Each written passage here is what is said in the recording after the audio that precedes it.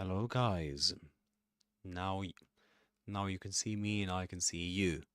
Great. Welcome to welcome to Alex's Adventures in English. Welcome to this live stream. And yes, this is Alex's Adventures in English. Okay, there we go. Great. Perfect. So guys, in today's session, we're going to focus on a key difference, something that confuses a lot of learners around the world, learners of English. The difference, or the key differences between everyday and everyday. So everyday as one word and everyday as two words. And we're going to talk about these differences, okay? So, if you're just joining, grab a cuppa, sit tight, because we're about to fix this common confusion in English. Okay, so most learners and even native speakers mix them up. And let's get started with everyday as two words. And before I forget, guys, do introduce yourselves in the chat. Drop a comment in the chat. I'd like to know where you're from, where you're watching me from. That'll be great. And yeah. So as soon as you connect, as soon as you join me, do let me know where you're watching me from. And so let's begin with everyday as a phrase. So two words. Two words. This is a phrase, everyday. Every day. What we need to know about every day is that it's a phrase that answers the question, how often something happens. So, for example, let me go here. Okay, yeah. So, every day answers the question, how often something happens. And we say that it's a phrase that functions as an adverb, because this is what adverbs do in English. They answer questions about circumstances, such as when, where, how often, okay? So it functions as an adverb. And it basically means each day. Each day. That's what it means. So let me give you some examples. And you can give me your examples, guys, in the chat. That'd be great. So, hi Grace. Hello. Where are you watching me from?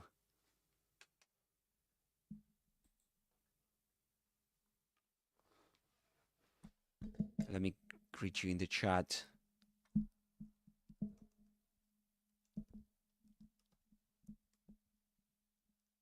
Hi Grace. Where are you watching me from?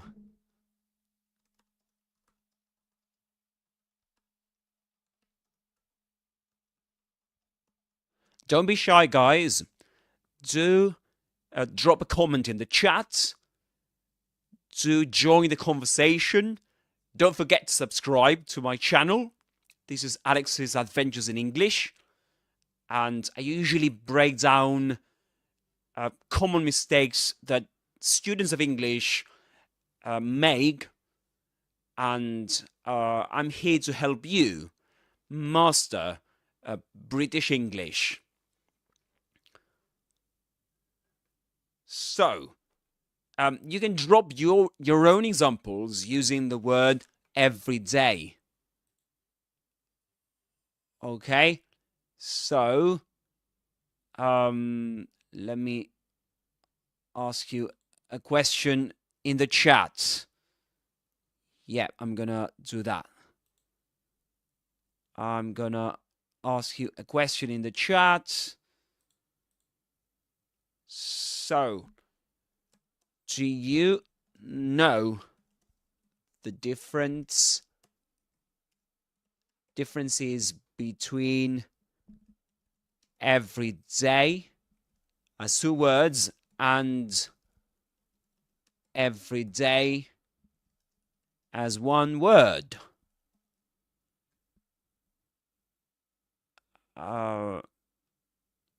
Okay, I'm gonna start the poll now, and you can let me know, guys. Do you know the differences between every day as a phrase and every day as one word?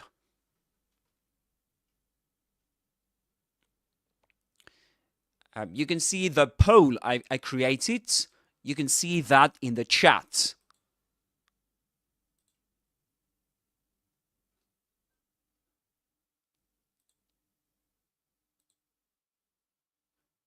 Oh, thank you very much for the hearts. You speak English. It's Matthew. Matthew, hello. Where are you watching me from? Thank you for joining in. Thank you very much for joining in. And this is Alex's Adventures in English, and I'm here to help you with your English. So I like to see if you... Okay. Let me try and see the poll. So do you know the differences between every day as a phrase, two words, and one word? Every day.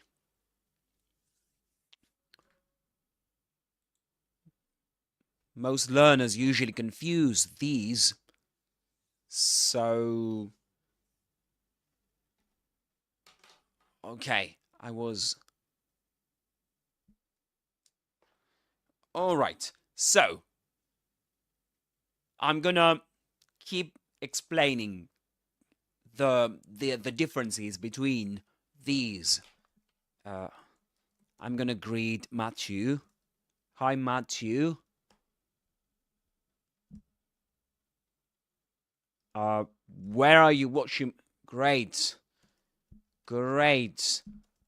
Where are you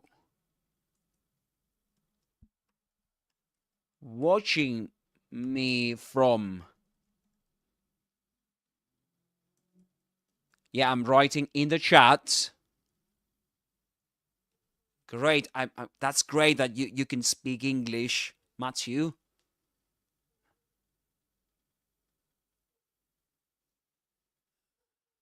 Everyone else, guys, can you all speak English?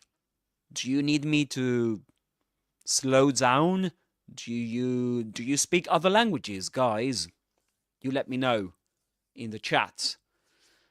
In the meantime, I can give you my example using every day as two words. Every day. So let me give you the example. Okay? I'm going to give you the example. For example, I drink tea every day. That's a true example in my case. So I drink tea every day. And I'm going to write it down on the board. I drink tea every day. So that's what we say. I drink tea every day. Okay? So this means each day. Monday, Tuesday, Wednesday, Thursday, Friday, Saturday, and Sunday. Each day. Okay? That's every day. As 2 words.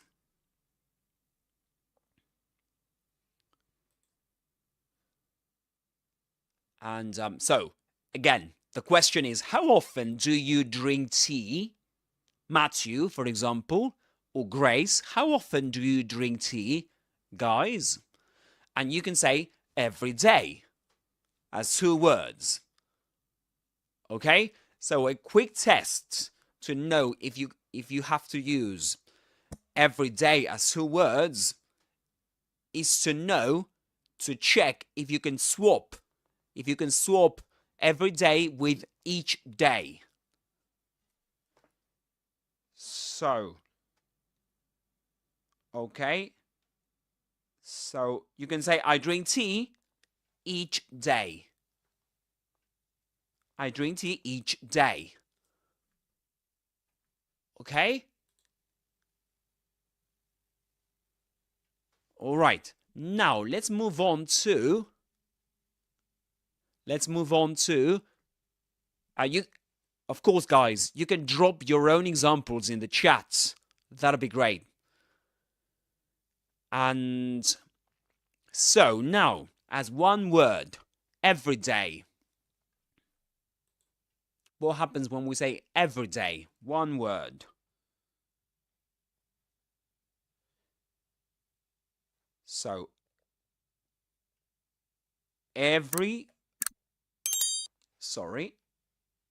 as 1 word. There we go. Every day. Every day. Okay, so every day answers another question. When I say, let me give you an example first. These are my everyday, or this is my everyday scarf, I could say. All right, this is my everyday scarf. Can you think of an example, guys? What's an everyday, let's say, scarf or everyday clothes? You can say, these are my everyday clothes.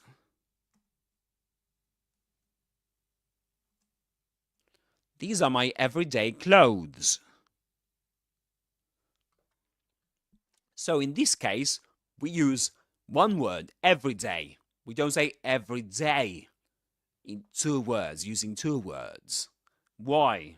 Why do we do this, guys? Do you know? Can you drop a comment in the chat and let me know if you know this, or do you have any ideas? You can say whatever you want. I won't judge you. Okay? So let's see. All right. Let me give you another example. I'm going to write it down on the board. These are my everyday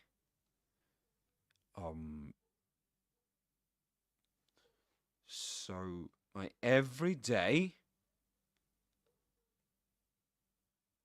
shoes. These are my everyday shoes. So guys, what question do you think everyday answers in English? Is it how often? Is it the same as when we say, I go to the park every day? I go to the park every day. Is it the same? Because in that case, remember that when we say, how often do you go to the park? Every day. But in this case, these are my everyday shoes. In this case, the question is different. And let me see if we can...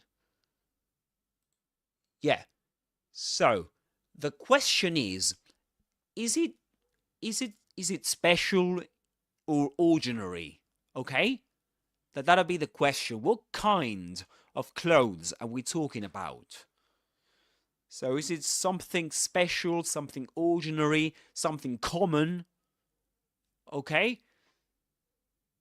So in this case, this means ordinary. And the question it answers is what kind, and more specifically, is it special or ordinary?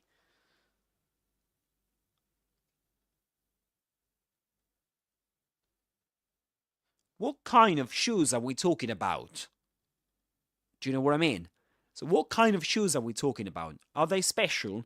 Are they ordinary? Are they common? And in this case, every day is an adjective. Let me try and write it down somewhere else. So this is an adjective. Sorry about my handwriting.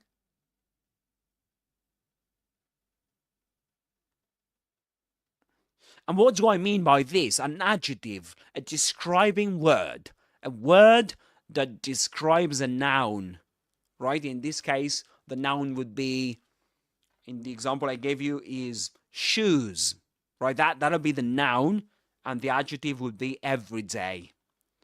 So everyday describes shoes. What kind of shoes are we talking about? Are they special? Are they fancy? Or are they ordinary? Are they common? Are they usual? Typical? Okay? So guys, did you know this? Do you have any doubts?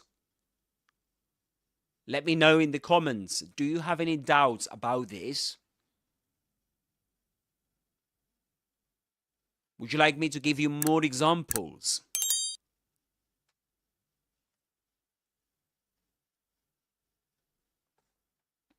I can give you another example with everyday. Let's suppose I could say these are, or my everyday routine, right, is to practice English. So my routine, it's not something that uncommon, something common. It's something common I usually do. It's my common routine. Okay, the common routine I go through. And maybe let me give you another example. An everyday problem, right? An everyday problem is a problem you face on a daily basis. It's common, okay? It's usual, it's typical.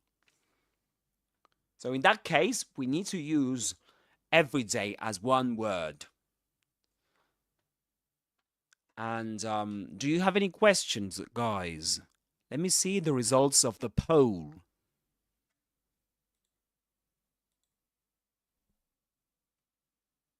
Okay, so 50 and 50.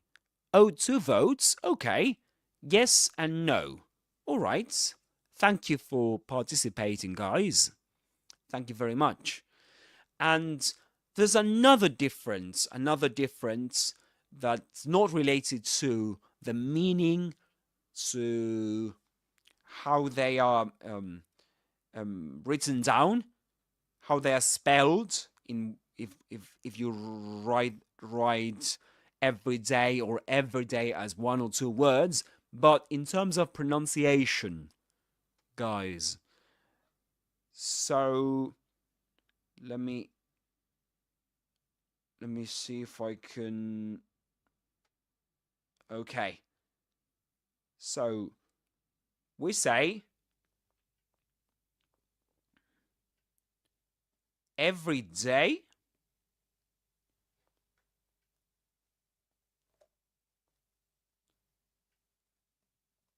Let me try and see if I can do this. There we go.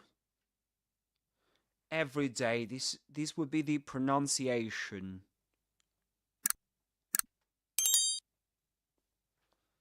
Pronunciation. Every day. Usually, when you say every day, the stress, the word that's pronounced the strongest is the second one, the last one, day. Usually the stress goes on day. So you say every day. I go to the park every day. I go to the park every day. I brush my teeth every day. Okay? So we say every day. Every day. But when we say an everyday problem,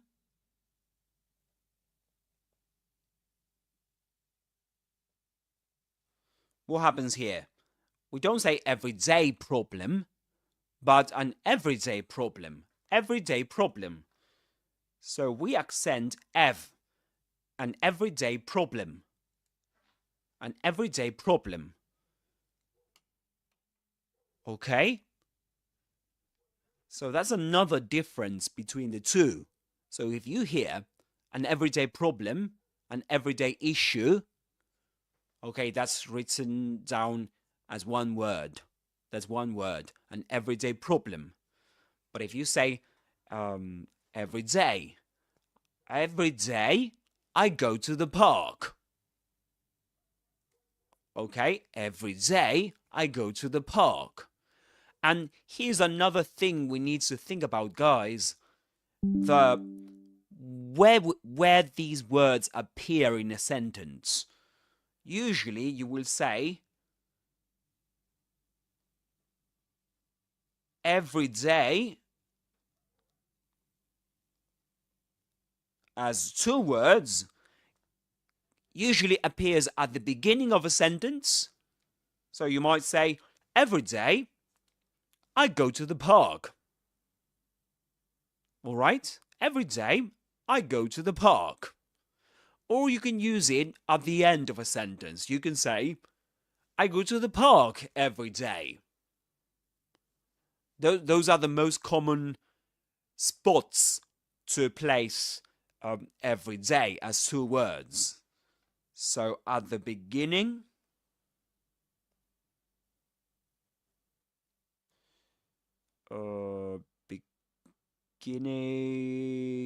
beginning.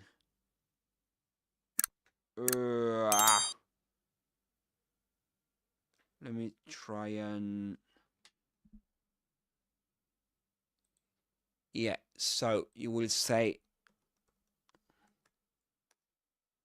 Yeah, at the beginning.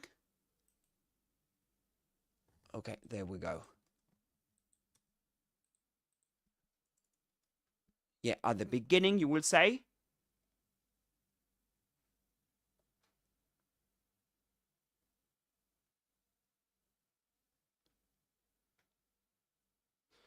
Or at the end.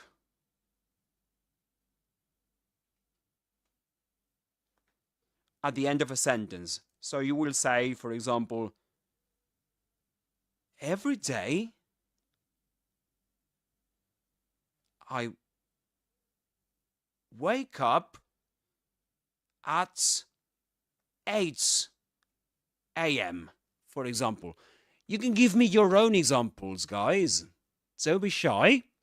That'd be great if you could give me your own examples. So, You can say, every day I wake up at 8 a.m. Or you can say, I wake up at 8 a.m. every day.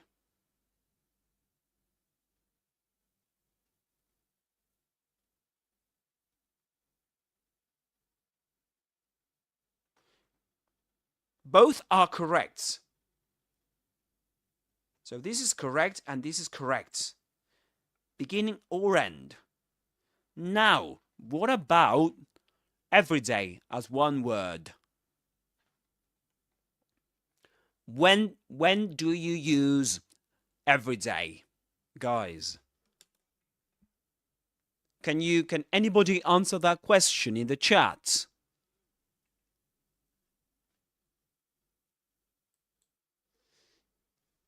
Where do you find every day in a sentence? Is it the same as every day as two words?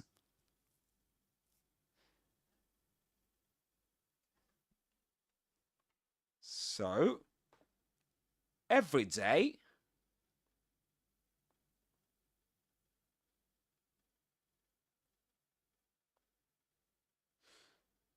we find this word right before a noun, always. So before nouns. So we say an everyday issue, which is a problem, another word for problem. So this would be a noun, and this is an adjective. Okay, an everyday issue. You might say everyday clothes. My everyday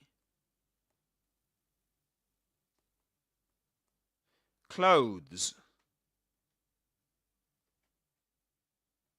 My everyday clothes. Again, this is a noun and this is an adjective.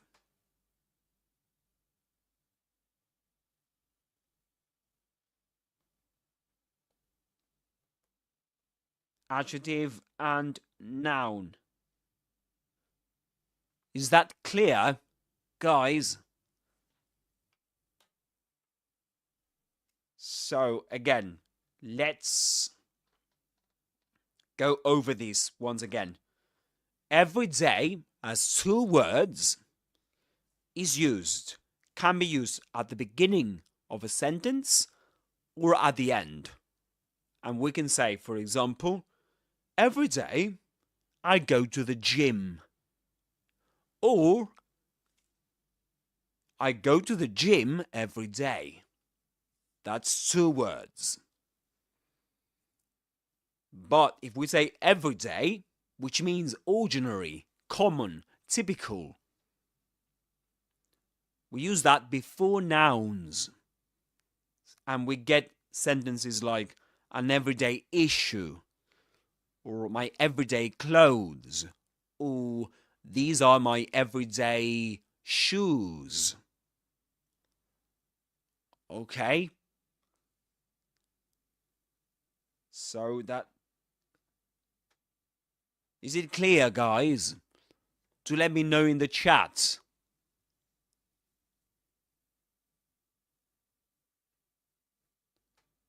Okay. So now let's revise this. Let's go over the explanation, guys. Let's think about this for a minute. We say, okay, before going over the explanation, I want you to repeat after me. So the sentence is, I drink tea every day. I drink tea every day. Can you repeat after me? I drink tea every day. And the question would be, how often do you drink tea? How often do you drink tea? Every day. I drink tea every day. You repeat after me. I will keep quiet for a second. I drink tea every day. Very good. Very good. Excellent. Well done.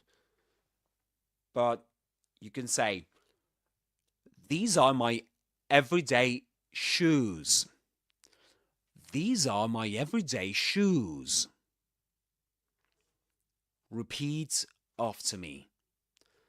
These are, you go, these are my everyday shoes. You go. All together. Let's put these together. These are my everyday shoes. You go. Again, these are my everyday shoes. You do it. You go. Very good, guys. There are some of you that are not repeating, but the ones that are repeating, great, guys. Yeah, you're doing a great job. And perfect. Very good. So, now, going over the explanation, let us not forget that every day has two words, answers the question, how often? It's an adverb. It functions as an adverb. That is to say, it answers a question related to how often, to a circumstance, okay? To a circumstance, meaning the situation that surrounds something, an action in this case. How often do you go to the gym? So you go to the gym, and a circumstance related to that is that you go often. You go every day, okay? How often do you go? And those are adverbs. Adverbs usually answer these kind of questions. When,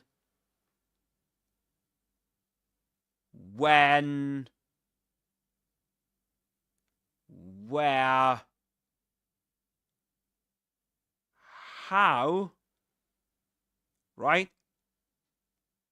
Why, and of course, how often.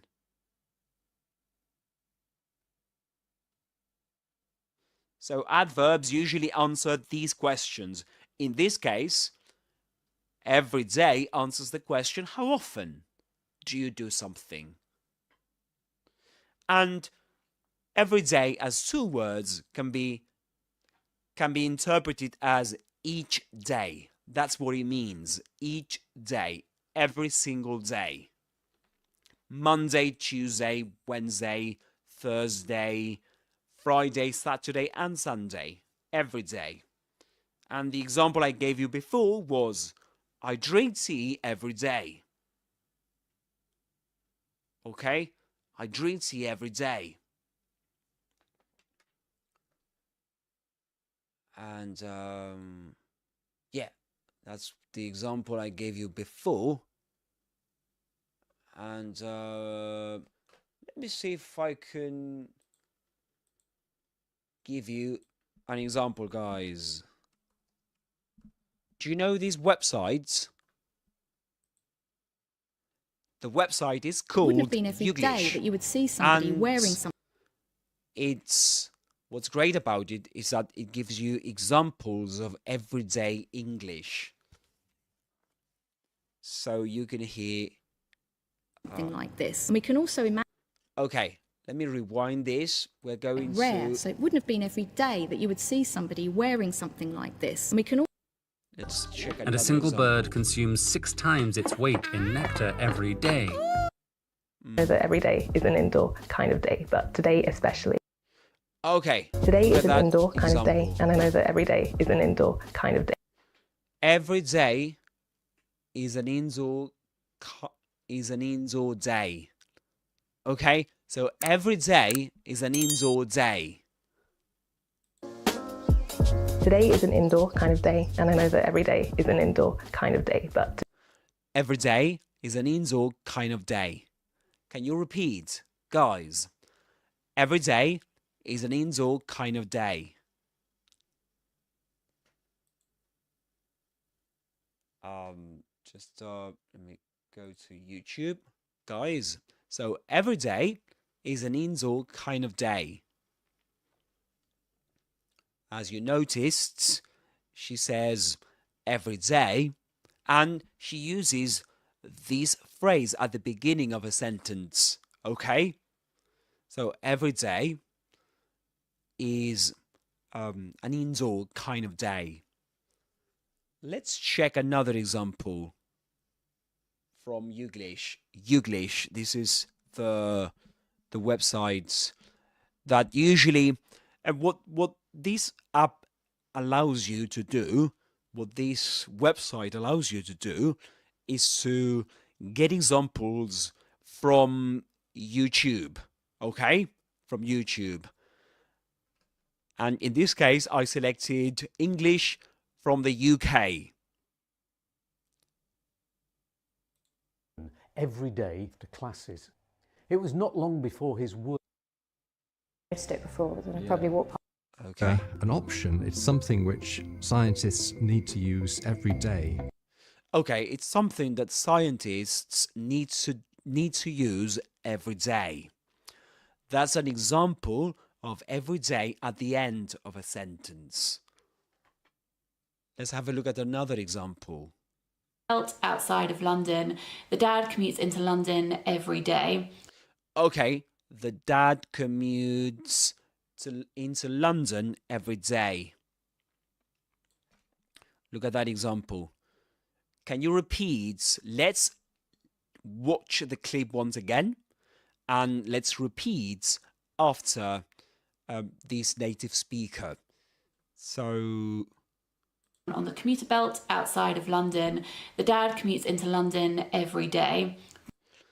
the dad commutes into London every day. Repeat, guys. Can you repeat after me? The dad commutes into London every day. So the sentence would be, let me write it down right here. Okay. The dad commutes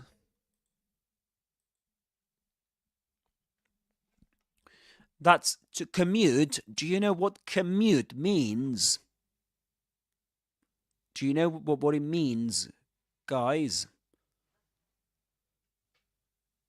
The dad. So, commutes. Let me see if I can create another.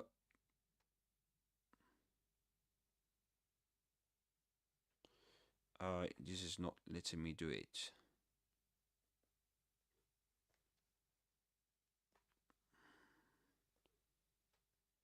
There we go. The dad commutes into London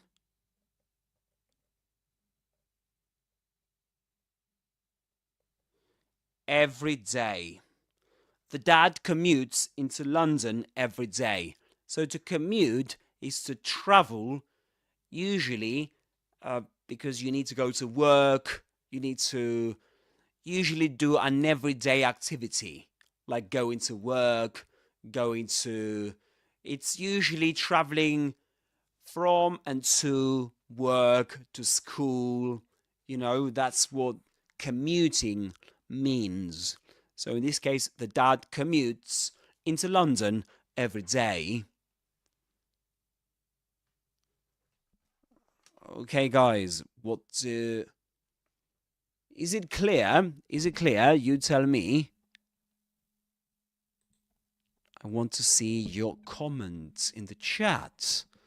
So do let me know, guys. Is it clear when to use every day as 2 words? So, is it... And,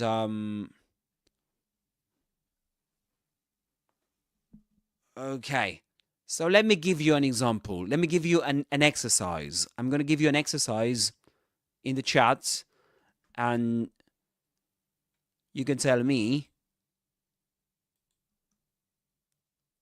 Okay. So,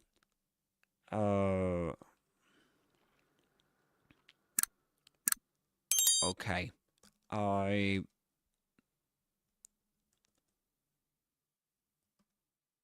love wearing my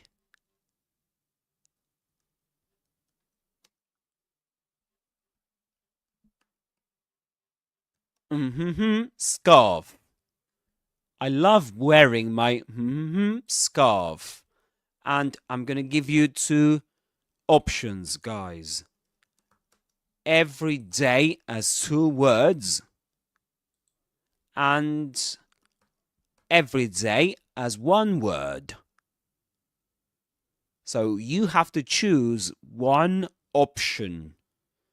And let's do it like this. I'm going to give you, let's say 2 minutes to do it. Okay, let's see if we can do that. Let me set a countdown.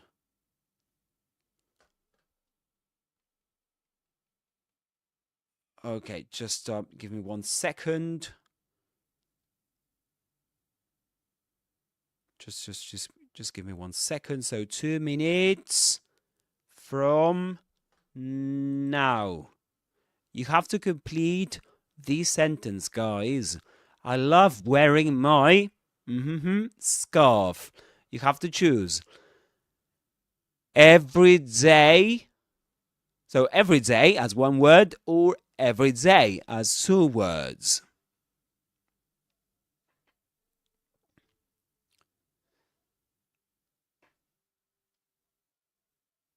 So you choose, guys. Don't forget, if you've just joined in, you have to choose. You have to complete the sentence in the chat. I love wearing my scarf. So you've got 2 options. Every day, or every day as 1 word, and every day as 2 words. Which is the correct option? We'll know that. We'll get to know that in 1 minute.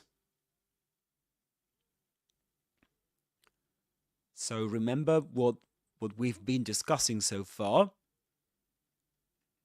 When do we use every day as a phrase, as 2 words? Do we use it before nouns? Do we use it at the beginning of a sentence? Do we use it at the end of a sentence?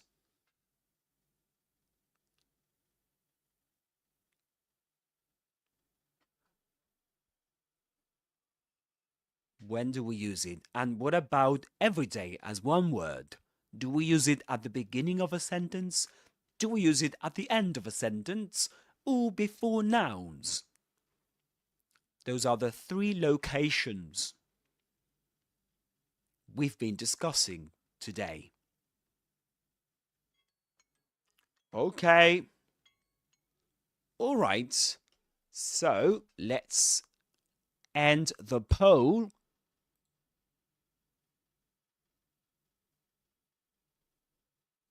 And we don't have any votes, but I know you've answered the question, this question in your head.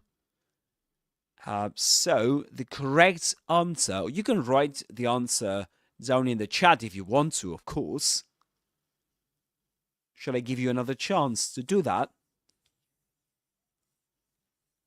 Any brave participant over there? So the answer to the question is, how we complete the sentence, the word we use to complete the sentence is every day. One word. That's the correct answer. So the sentence would be, I love wearing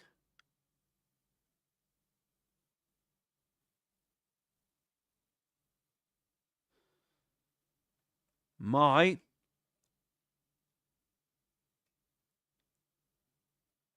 everyday scarf. My everyday scarf. Okay, so why? Why is it that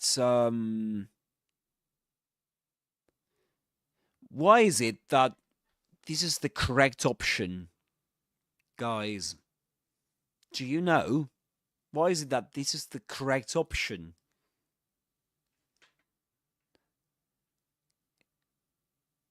So given everything we've been discussing,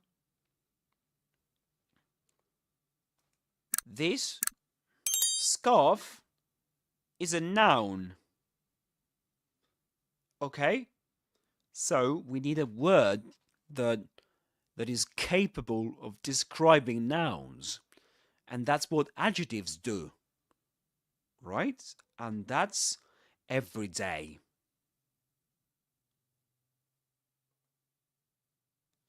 Everyday is an adjective.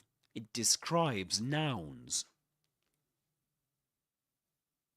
So in this case, it's telling us that this is an ordinary, common, right? So everyday scarf, an everyday scarf. It's something I wear every day. But it's something ordinary, okay? It's not something special in this case. So if you say, I love wearing my everyday as two words, scarf, that'll be wrong. Okay, you have to say my everyday scarf. Very good. So this is sentence number 1. Let's have a look at, let me give you another sentence.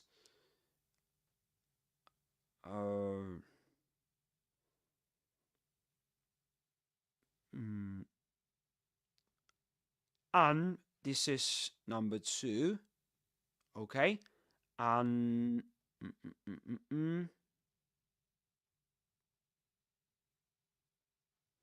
an problem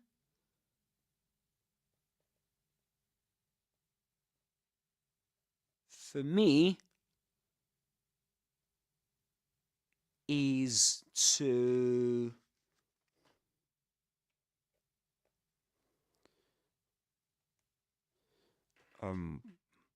let me see if I can think of a good example.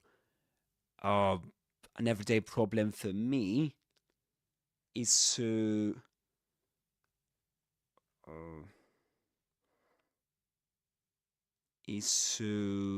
I can't think of an example, guys.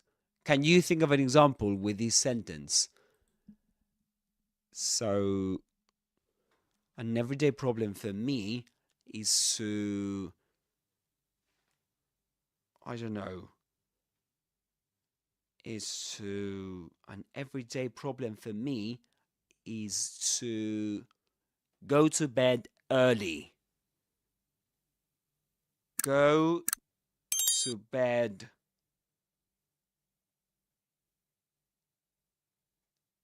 early in the night. Or at night, we can say too. Sounds better.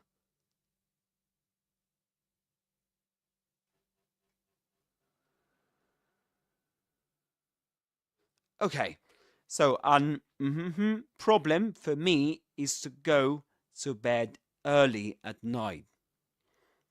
Now, let me give you again the poll. I'm gonna set that as an activity for you guys.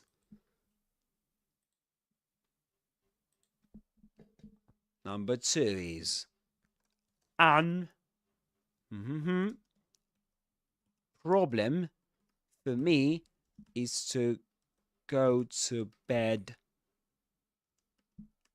early at night. You have to choose option A, every day as 2 words, and B,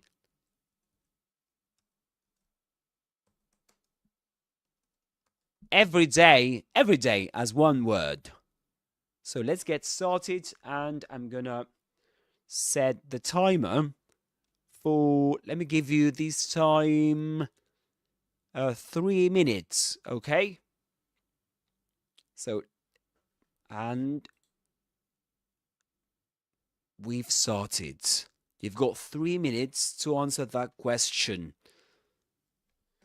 And problem for me is to go to bed early at night. You can, of course, vote for one of these options or write your answer in the chat. Grace, if you're there, Matthew, you two, you're all invited to participate. And I'm gonna drink a bit of water in the meantime.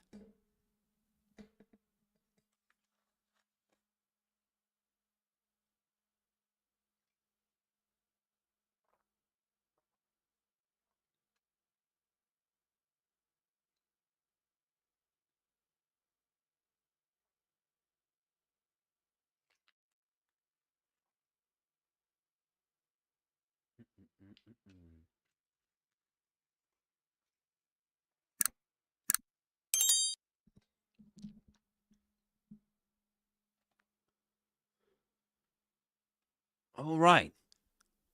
Great. So, let's continue, guys.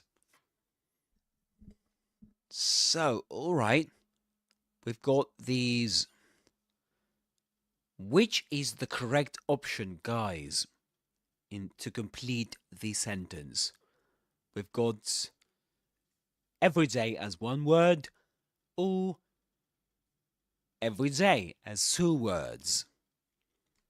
And the sentence is an problem for me is to go to bed early at night. And by the way, guys, is that a problem for you too?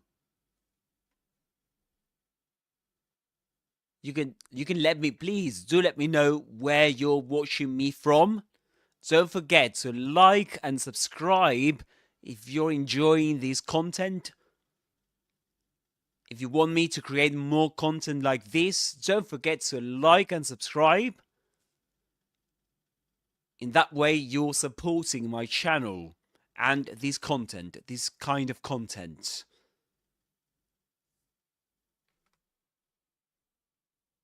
Okay? So, 8 seconds.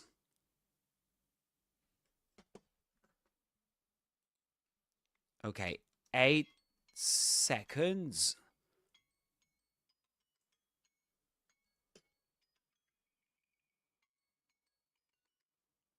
Okay. Let me give you the correct answer.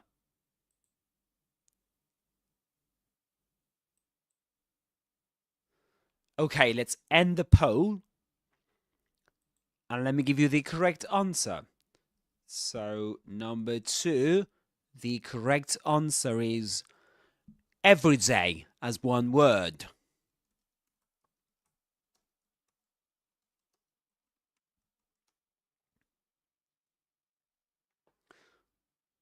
Great, perfect. So every day. Why? Because again, we've got right. This is every day. Every day. Remember that we accent ev.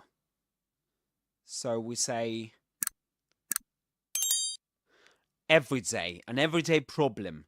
Remember that problem, or pay attention to this. Problem is a noun, guys, isn't it? So, right before a noun, we use what, if we say every day, we use the one word every day, not the two word every day. So we say an everyday problem. An everyday problem for me is to go to bed early at night. An everyday problem. Okay? So it's and we say an everyday problem. An everyday problem. Not an everyday problem, but an everyday problem. Remember that this is an adjective, okay? Perfect. Okay, let me give you another sentence, guys. This is sentence number 3. And if you've just joined this, if you just joined in this live stream, we're discussing the differences between every day as 2 words and every day as 1 word. So far, we've said that every day answers the question how often, and every day what kind, and more specifically, is it ordinary, is it special, is it fancy, or is it typical, is it usual, is it unusual? And if we say that something is for example, if we say that a problem, if we talk about a problem and we call it to be, if we call it, or if we consider it to be every day, an everyday problem, right? That means that it's not unusual in that case. It's common. It's ordinary. It happens on a daily basis. That's what it means in that case. So going back to the question I was asking you, we use every day. Every day answers the question what kind of thing are we talking about in terms of, is it of being ordinary, being special, being typical, being unusual, okay? So, yeah, that was the explanation I gave before, and this is the explanation right here.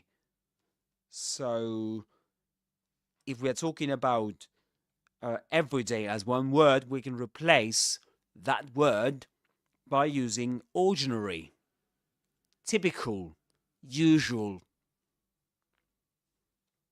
These are my ordinary shoes. These are my typical shoes. Okay, the shoes that I use typically on a daily basis.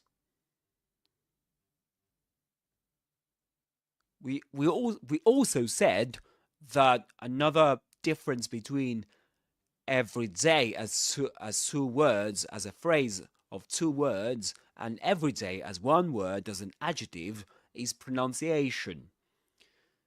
Because every day, in every day, the stress goes on day. We say every day. But in every day as 1 word, the stress goes on ev. And we mentioned that right here. Okay, pronunciation every day.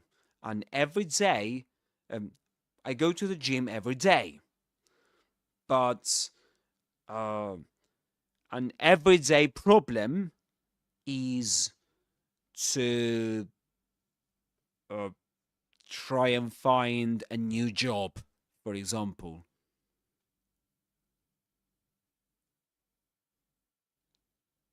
Or an everyday problem is to put up with traffic when I go to work. To put up with something means to deal with something, to be able to deal with something. You know, usually is to face a problem. That's to put up with something. Yeah, to put up with something, and the something is usually a problem. Okay? All right. So, guys, going back to the exercises. So far, we've dealt with...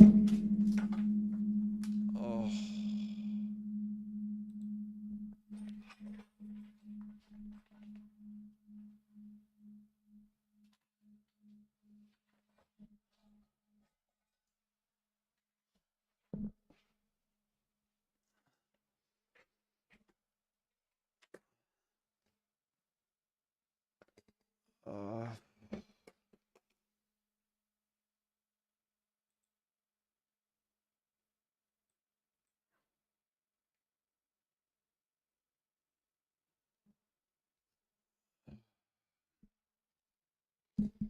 Sorry, guys. I've just had an accident with this.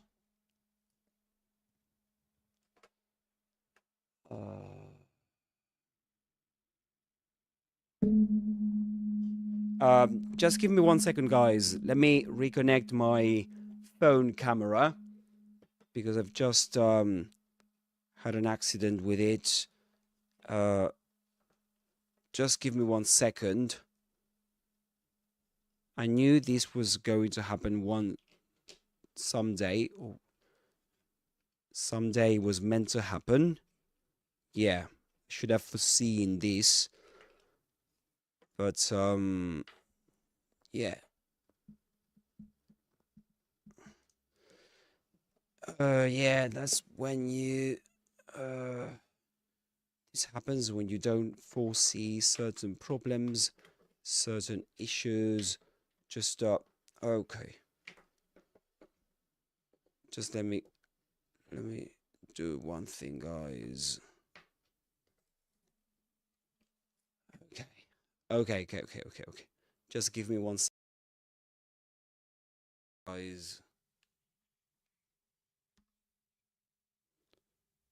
All right. So let me go to taking that off screen.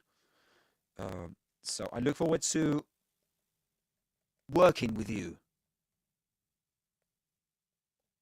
Okay, I look forward to working with you. We get this. The main verb is followed by ing because to is a preposition. I look forward to working with you, right? And yes.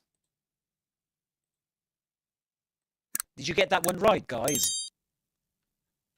Did you know that? Did you know that the expression look forward to is followed by a verb in the ing form?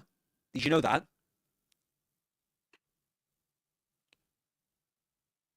And the same applies to other prepositions. Did you know?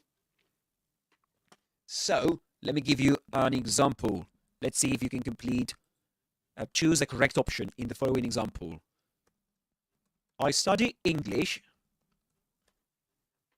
This is example number 2.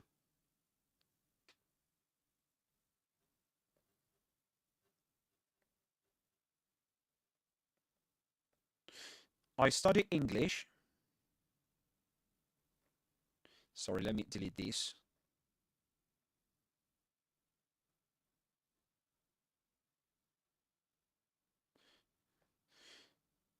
Um, mm, mm,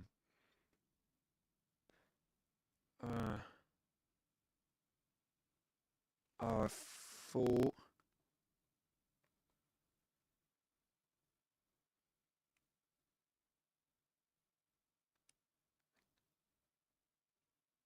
let's suppose you say that I study English for, and you've got two options here: get or getting.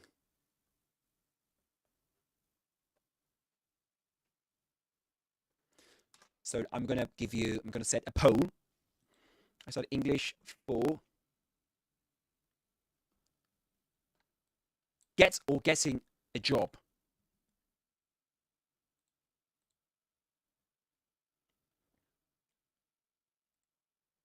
So I'm gonna create a poll. I study English for get or getting.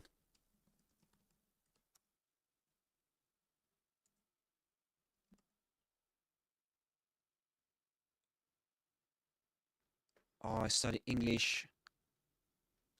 Yeah, for get or getting. Sorry, there was a problem with a poll. Let me write it down again. I study English for. There we go. The options are get or getting. There we go.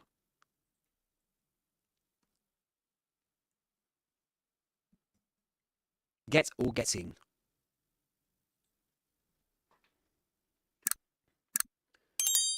All right, let's try and see that one.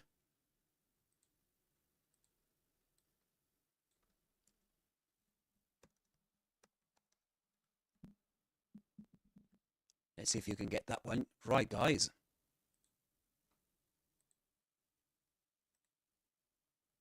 So, let me set a timer, a countdown. Okay, I'm going to give you 3 minutes again. I studied English for get or getting. Get or getting a job. So now you must be wondering, what's for? What do we need to add ing or not to the verb get? Think about the previous example, the one that I mentioned. I look forward to hearing from you.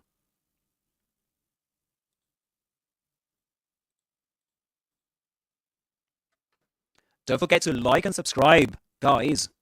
This is Alex's Adventures in English. I usually break down real English and the English you need to know, the English that most students struggle with.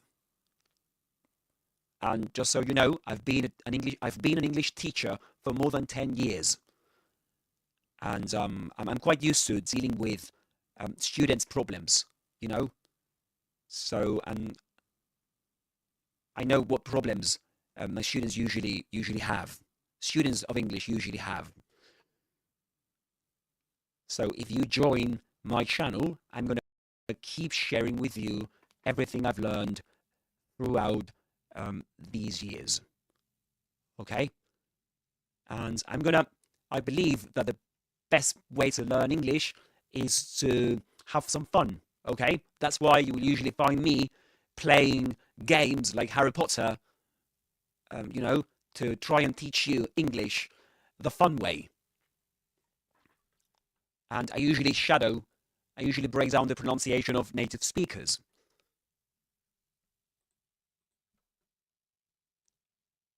So, all right, so let's see if we can.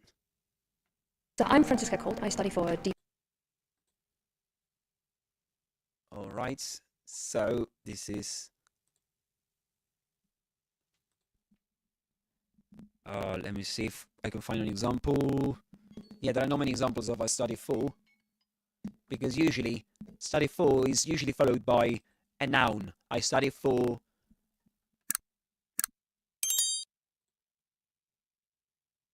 Okay, so let me give you the answer. All right? Let me give you the answer to that question.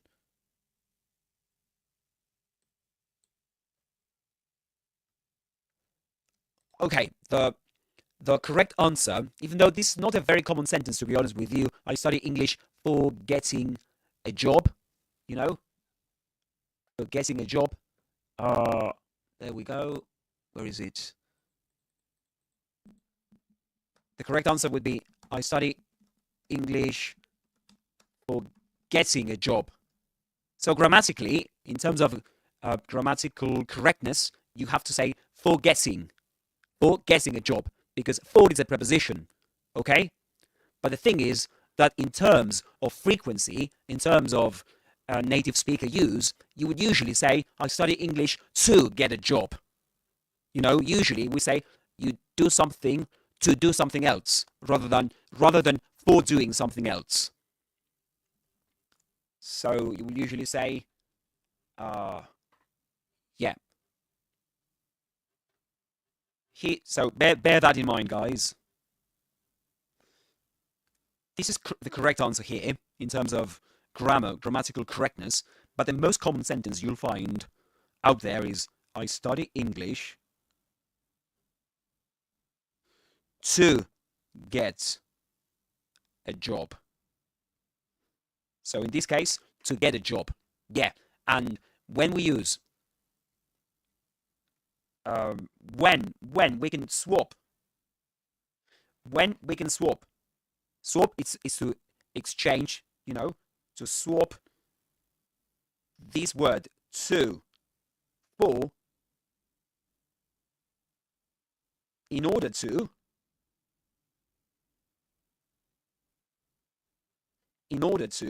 meaning implying purpose, right? That is what this means. You study English to get a job. So in that case, you study English with a purpose of getting a job. So when to means that, implies purpose, the verb coming after it is in the infinitive, always goes in the infinitive. The infinitive form is the one you find in dictionaries without ing. You don't add ing to the verb. So you don't say, I study English to getting a job. That's wrong. You say, to get a job. Okay? So you might say, let me try and give you an example.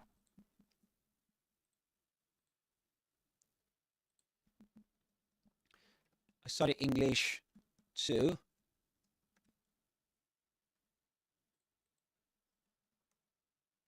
okay, I study, there are not many examples on YouGlish with I study to, okay, to study them, I'm going to study this, to study evolution.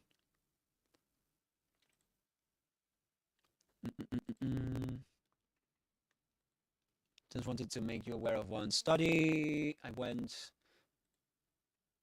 had to study. Okay, I don't see any examples here, guys. Yeah. But anyway, look at this example. I got the opportunity to study abroad as part of my degree. I got the opportunity to study abroad. Okay. So in that case, this is study is in the infinitive. Okay, we don't add ing to it. I got the opportunity to study. We don't say to studying abroad there, because to is not a preposition there. Okay. No. I don't think there are examples of I study English to. Let's see if we can find an example like that one. Okay, no, that's another example. That's because I chose. Let's see if we can hear that example. Okay. Doing. I chose to study English language and communications because my original choice was. All right. Doing. I chose to study English language and communications because my original choice was journalism, but I thought that. All right. All right. Study English language and communications because my. I chose to study English language and communications because my original choice was journalism. All right. All right. Speaking of purpose, the word because is related to that. Did you know that? Did you know that the word because introduces a reason, the reason of why we do something or why we did something? So, as we might say, I studied English to get a job, but we can paraphrase this idea by saying, I studied English. Let's see.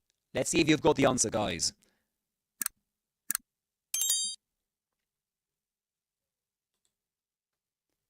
So you've got to.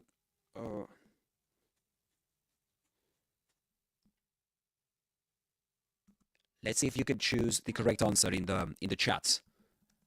I study English. I study English.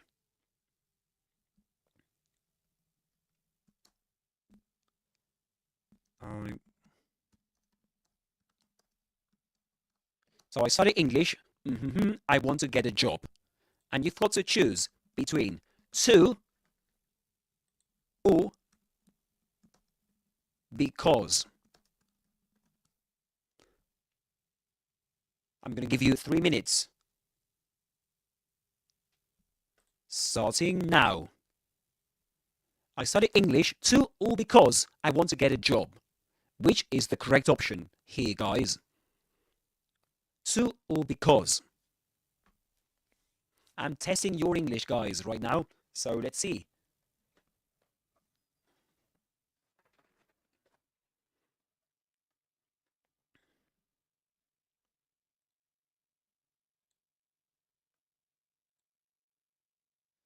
So I study English to or because.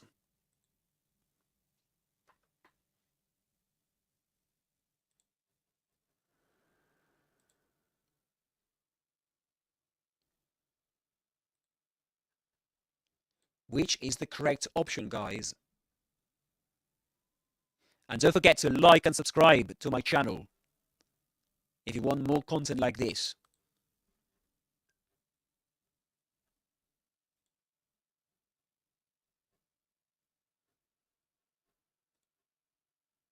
Okay, so you tell me, guys, have you chosen an option?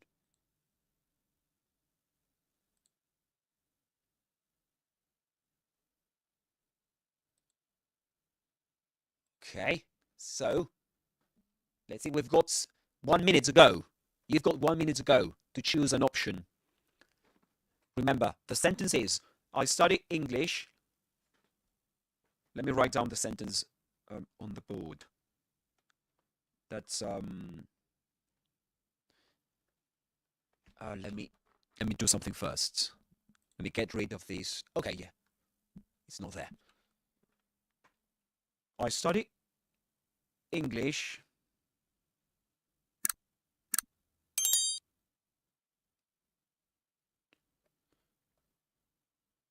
I want to get a job.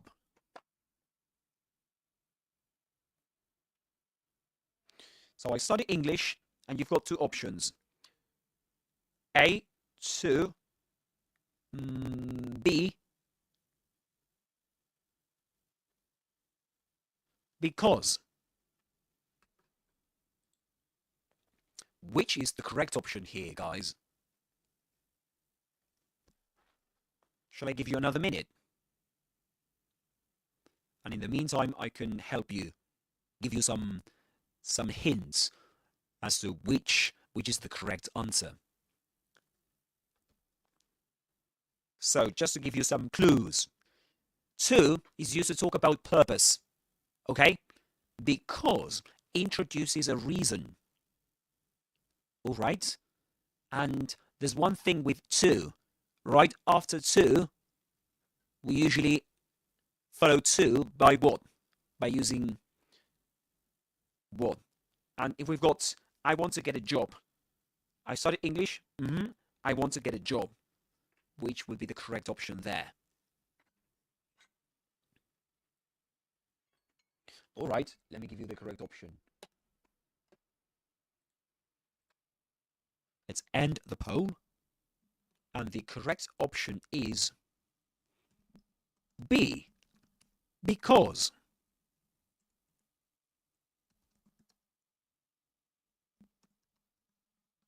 Correct option. Why?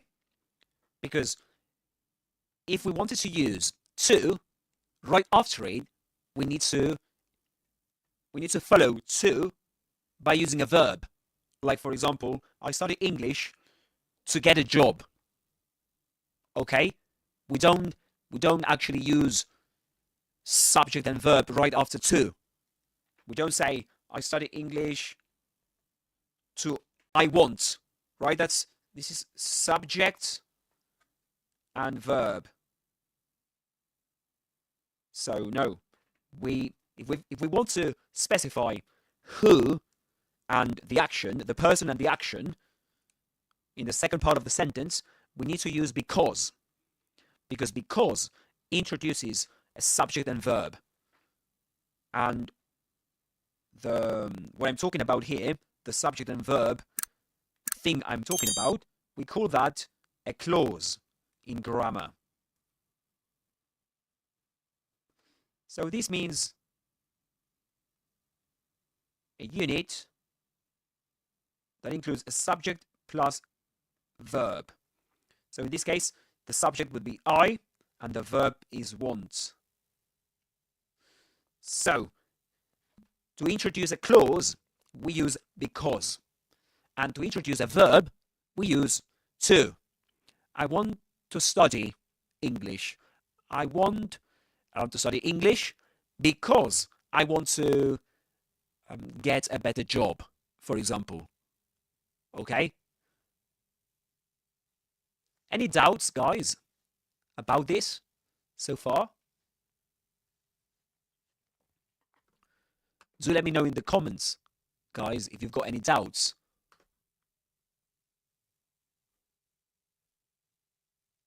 Okay, so we've got all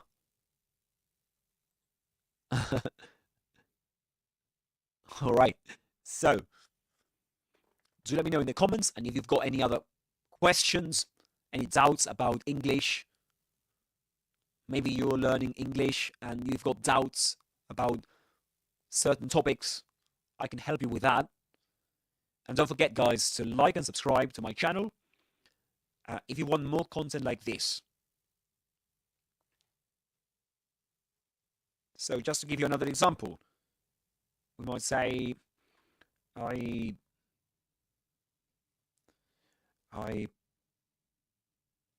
went to the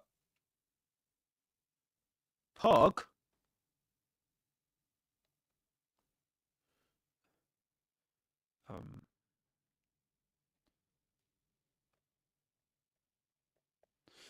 I went to the park, relax. So this is I went to the park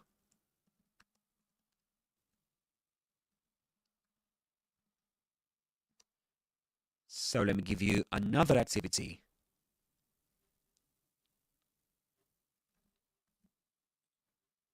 Did you know the saying, practice makes perfect? Which means that the more you practice, the better you get at something. And that's what we're doing here. We're putting into practice everything you need to know. Well, in terms of grammar, when we talk about English, when it comes to English. So this is, let me give you two options. So let me give you 3 minutes. Starting from now. I went to the park and relax. The options are because or to. Which is the correct option? Remember what I said before. If we're talking about, if we introduce a verb, we use which one? To or because? A verb in the infinitive, of course. If it's in the infinitive, we use which one? To or because?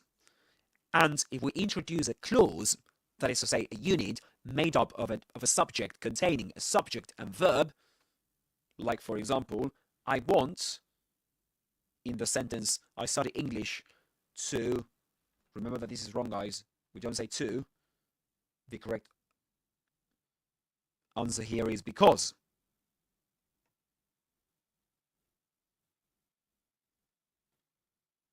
Because I study English, because I want to get a job. So let's see the second sentence. There we go. I went to the park. Relax. Because or to. You choose.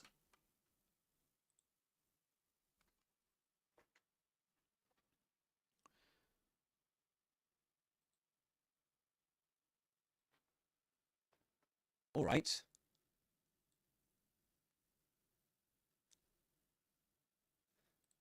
All right. Don't forget to vote. There's a poll in the chat. You can go there and vote for the option you think is the correct one. You can choose, you can vote for to or because. And the sentence is, I went to the park. Relax.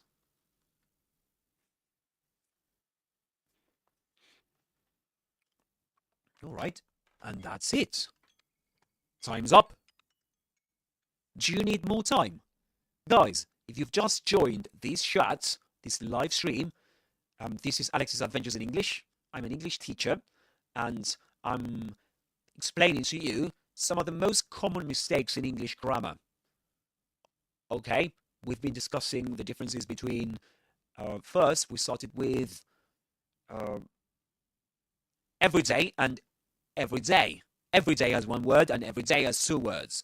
Then we talked about the typical phrase, look forward to.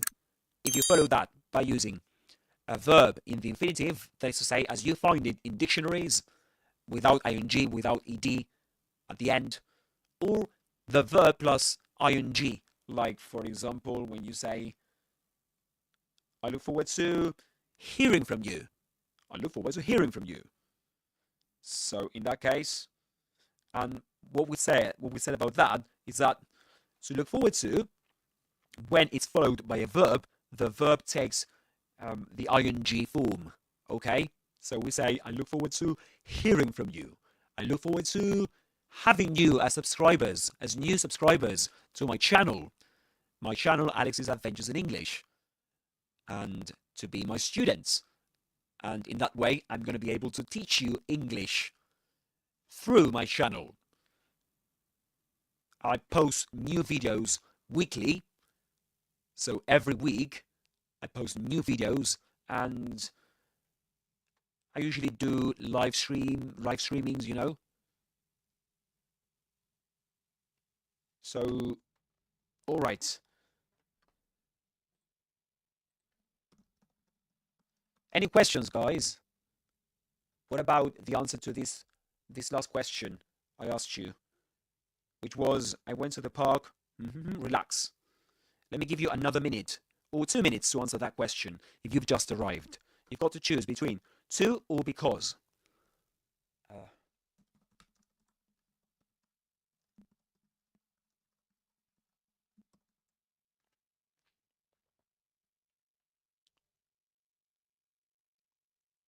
Okay. Yes.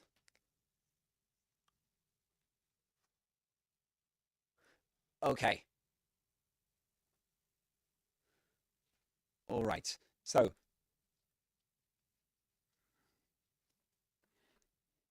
yeah.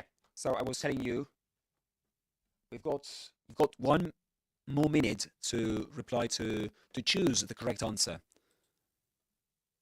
But you can write your answer, write down your answer. You can drop your answer in the chat.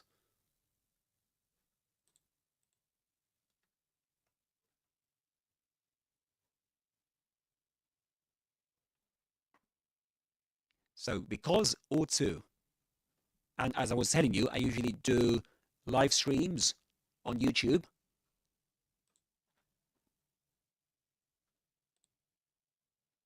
Yeah, so I usually do live streams on YouTube, and to explain tricky topics in English to you. So don't forget to like and subscribe to the channel, guys.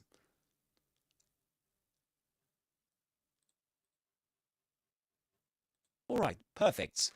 So guys, if you've just joined if you've just joined in, let me ask you the question. Which is the correct answer? Do you say, I went to the park to relax or because relax? Which is the correct option? And let me give you the correct option right now. We say, I went to the park to relax.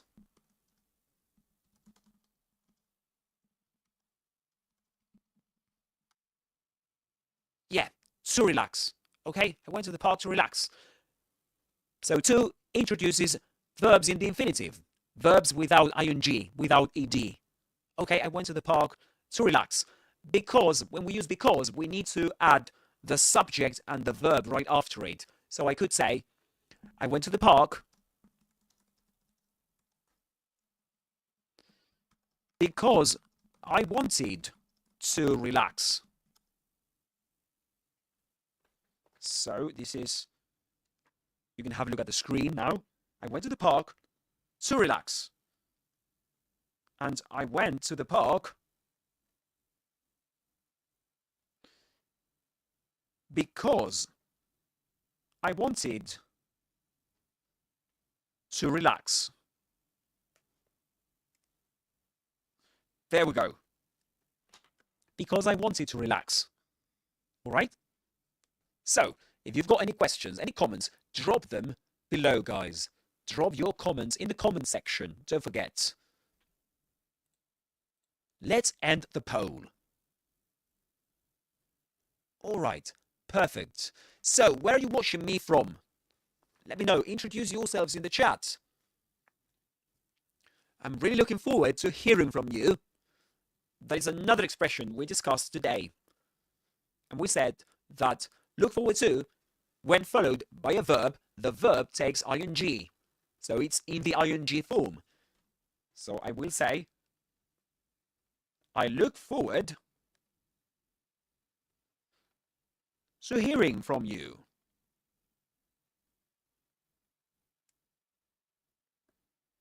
I look forward to hearing from you. I look forward to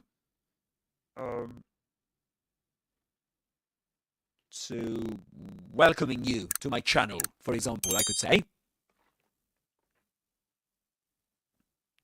Okay?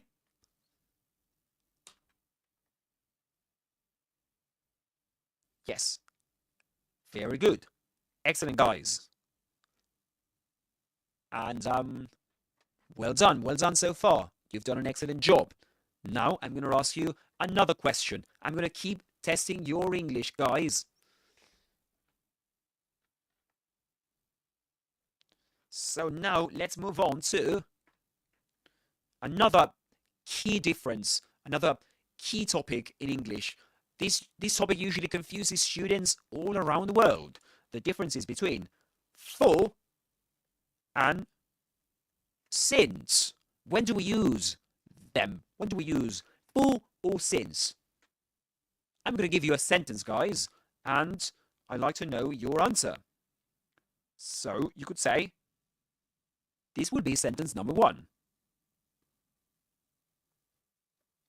I've been living in London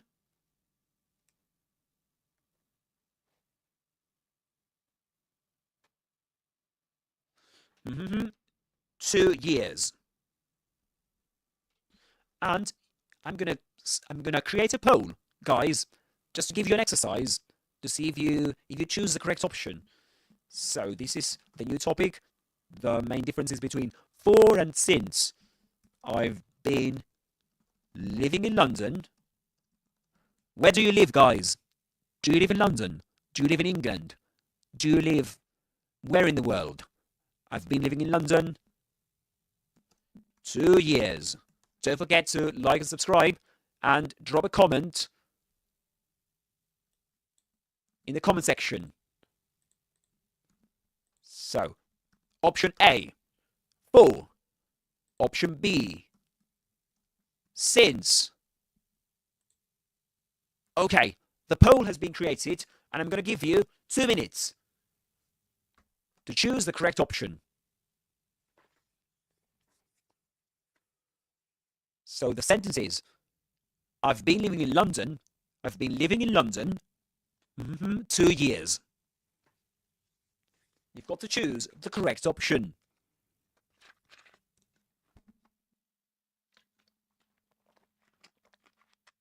So when do we use for and when do we use since in these kind of sentences?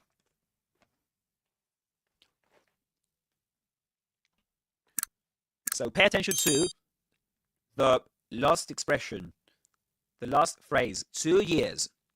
So this is a period of time, okay? It's a period of time.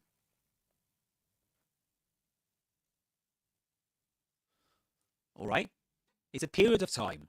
It's not a point, specific point in the past, but a period of time. So duration, okay? So which is the correct option? For or since? This is one of the most Googled grammar questions on the internet, on Google. Did you know, guys? In fact, it's the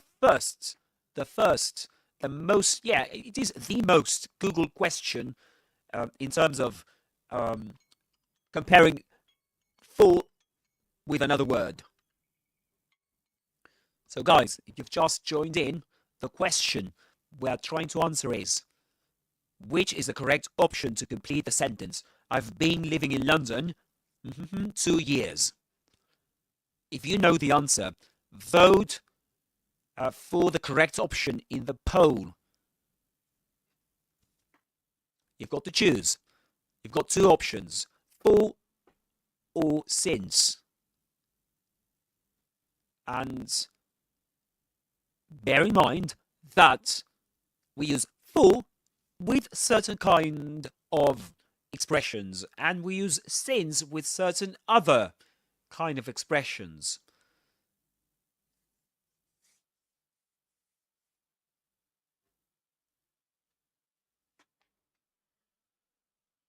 All right? So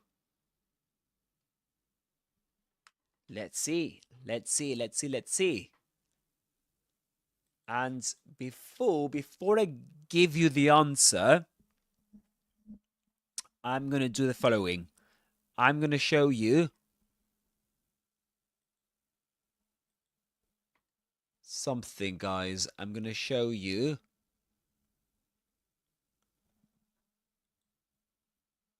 I'm going to show you an example. I'm going to give you an example from YouGlish. Yeah, there we go. I'm going to give you an example from YouGlish, this website that takes examples from YouTube. Authentic examples. And we're going to try and find an example right now, live.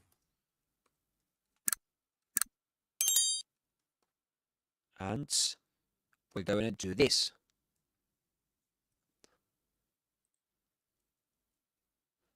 All right. I've been living in London for 3 years. Look at that one, guys. I've been living in London for 3 years. So, this means, this gives us a clue about which is the correct option in our exercise. The exercise is, I've been living in London 2 years. 2 years. So, which is the correct option here, guys? Can you guess it now? Take the example you've just seen. I've been living in London for 3 years. So 3 years versus 2 years. So these are nearly the same expressions, right? If you've just joined in, guys, we are trying to find out which is the correct answer, which is the correct option to complete the sentence. I've been living in London 2 years. If you know the answer, drop it in the comments below or vote for the correct option in the poll you'll find in the chat.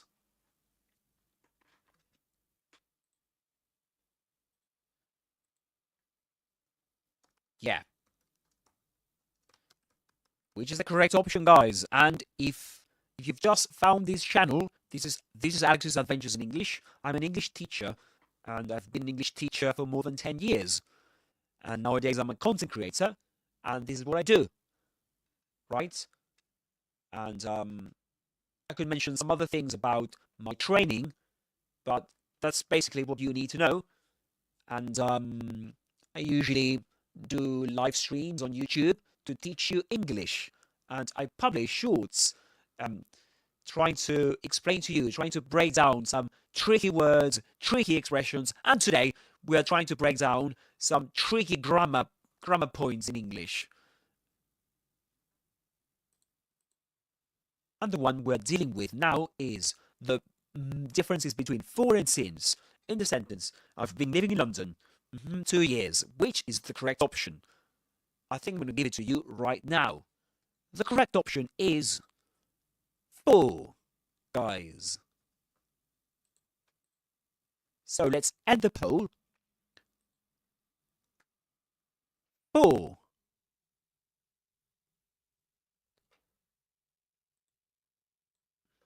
For is the correct option.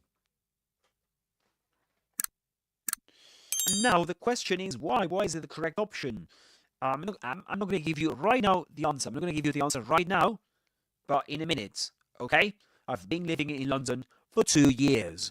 Now I'm going to give you another example, and right after that, I'm going to give you the answer to why. As to why this for is the correct option in the sentence. Now the second sentence is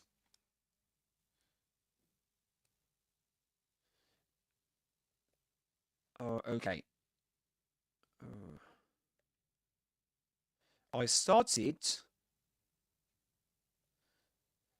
studying English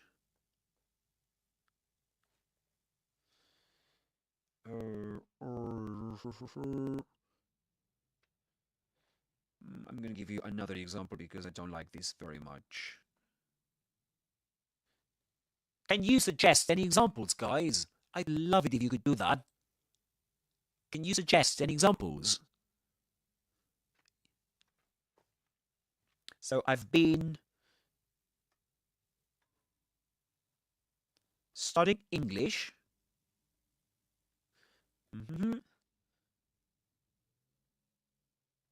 2010. So this is the next exercise, the next activity for you. So first, I'm going to give you the correct answer to the previous exercise. And now I'm going to create a poll for you, a new poll with this sentence. The second sentence. So I've been studying English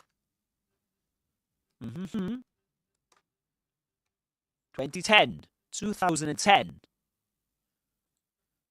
Options. For. Option A. Option B. Since. And I'm going to give you 2 minutes or 3 minutes. Let's give you 3 minutes to choose the correct answer. And I'm going to do the following, guys. I'm going to give you 5 minutes and I'm going to take a break to go to the loo. Okay? I need to go to the toilet. Just a sec. And I need a few minutes more. But in the meantime, you've got homework. You've got to choose the correct option here. So I'm going to set a timer, a 5-minute timer. Okay. Let's get started with a poll. All right. 5-minute break. Be right back.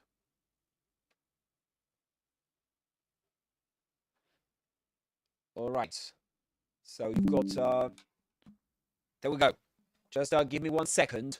Be right back, guys. Going to the toilet. You've got homework. Choose the correct option. Be right back. And there we go. Right back, guys. Yeah. Okay.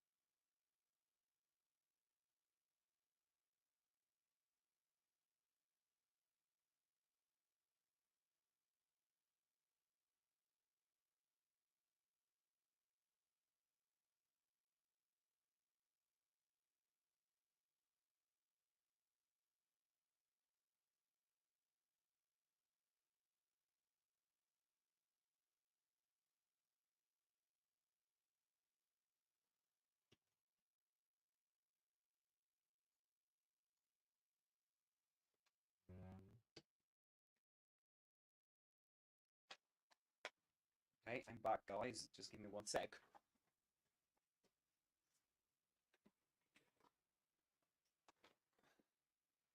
All right, I'm back. We've got 2 minutes still, but I'm gonna give you. All right, here we go. Okay, yeah. Let's end the poll and let's see if you've got the right answer, guys.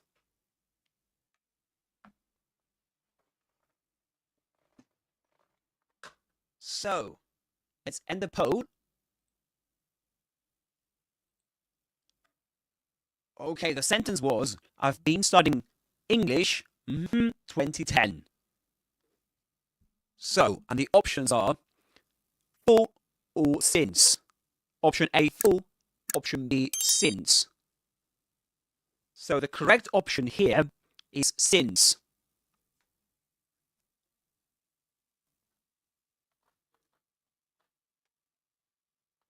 This is the correct option, guys. So let me just do this. There we go. Yeah, I've been studying English since 2010. Since 2010.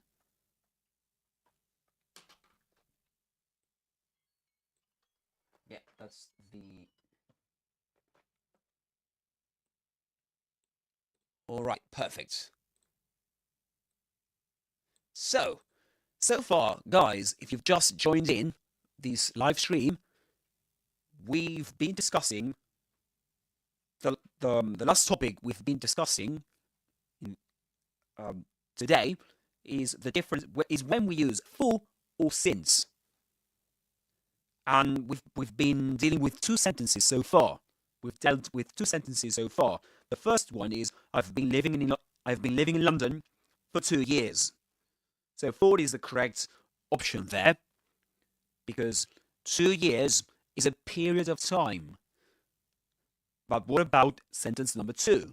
I've been studying English since 2010. Why is it that since is the correct option there? Yeah, so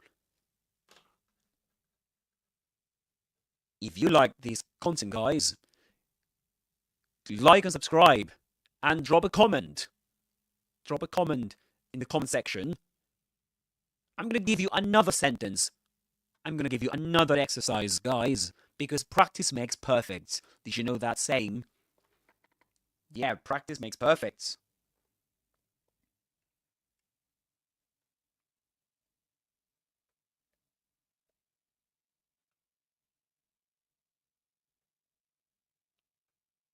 That's right, practice makes perfect. That's a great saying, isn't it?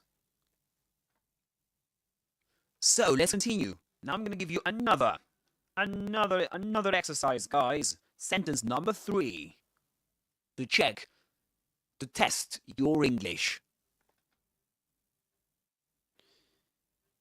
And if you've just joined in, could you give us an example? Because these 2 examples so far include the present perfect continuous, actually. I've been living in London. I've been studying English. So, let me give you another example. All right, let me give you another example. I've been, I don't know, preparing. I've been waiting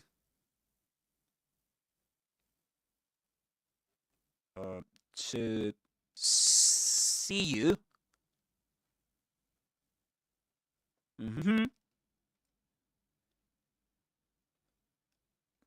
Let's suppose since, sorry, not since, not for. I'm not gonna specify the word that is supposed to be used here. I'm gonna give you just the last phrase. Yesterday. Yeah, I've been waiting to see you yesterday. And the options are, of course, A, for, B, since. And now I'm going to set this as a task for you guys. In the chat, I'm going to create a poll.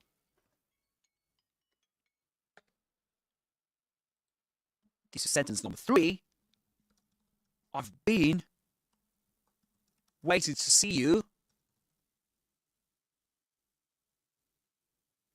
I've been waiting to see you. Yesterday. If you know the answer to this question, or if you don't know it, just drop a comment in the comment section or vote for the correct option in the poll I'm going to create in just a moment. And if you just joined in, this is Alex's Adventures in English, my channel. And if you want to subscribe to it, I'll be more than honored. I'd really love it if you could support my channel. If you're enjoying this kind of content, subscribe to my channel and let's continue these adventures together. For and since. And don't forget to drop a like, guys. Give it a thumbs up. Just to support my channel, to support this live stream. Alright, the poll has just been created. I'm going to give you 2 minutes. As of now, you've got 2 minutes to choose the correct option.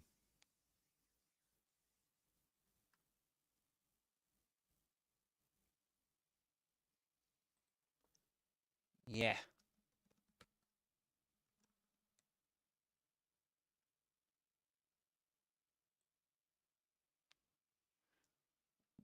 Yeah. So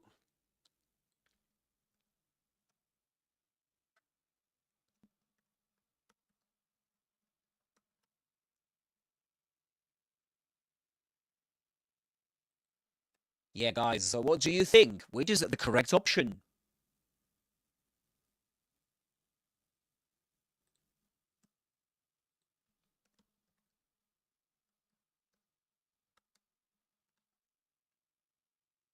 You've got 38 seconds to choose the correct option.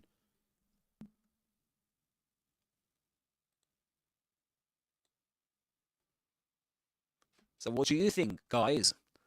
Is it for? Is it since? The sentence is, I've been waiting to see you yesterday. So, is it since yesterday or for yesterday?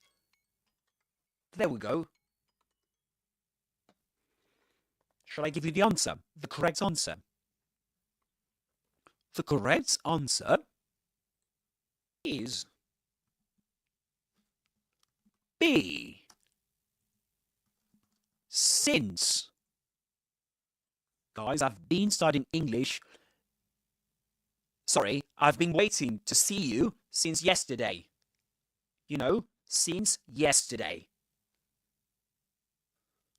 Alright, since yesterday, that's the correct answer. And yet, I haven't explained why we use for or since. Why we use for or since. What I've been doing so far is to give you some activities, right? To make you think about the correct options. And now, what I'm going to do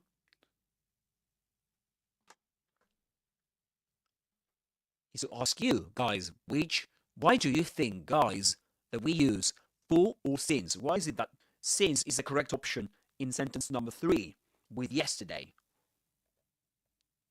And what about number 2?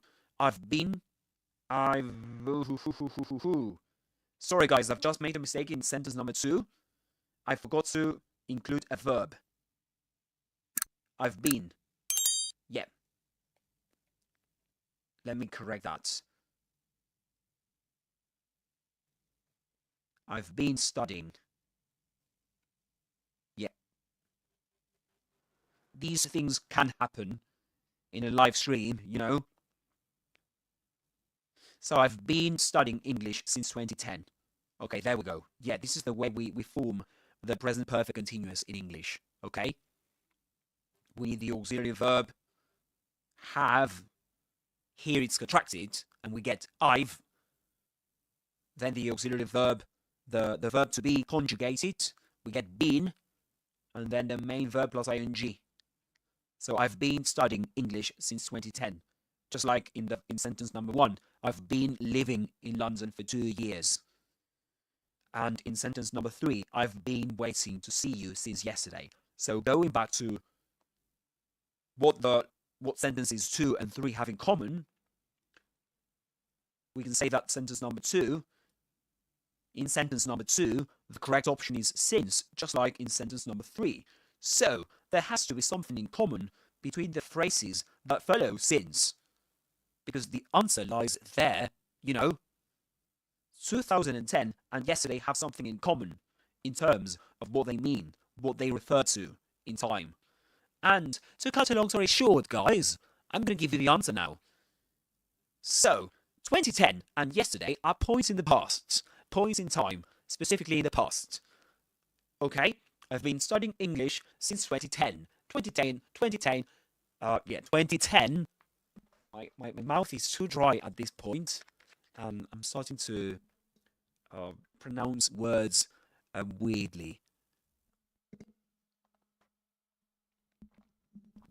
Okay, there we go. Better.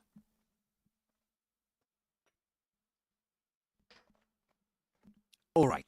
So, guys, I was saying to you that 2010 and yesterday have something in common. Both are points in the past, specific points in the past. So, point in. Let me delete these guys. So this is a point in time, and the time is the past. And the same applies to yesterday, right? It's a point in time.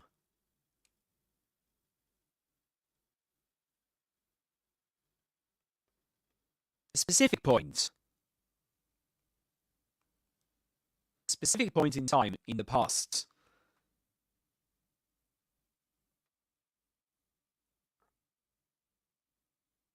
So, we use since to introduce a point in the past. And this we call yesterday.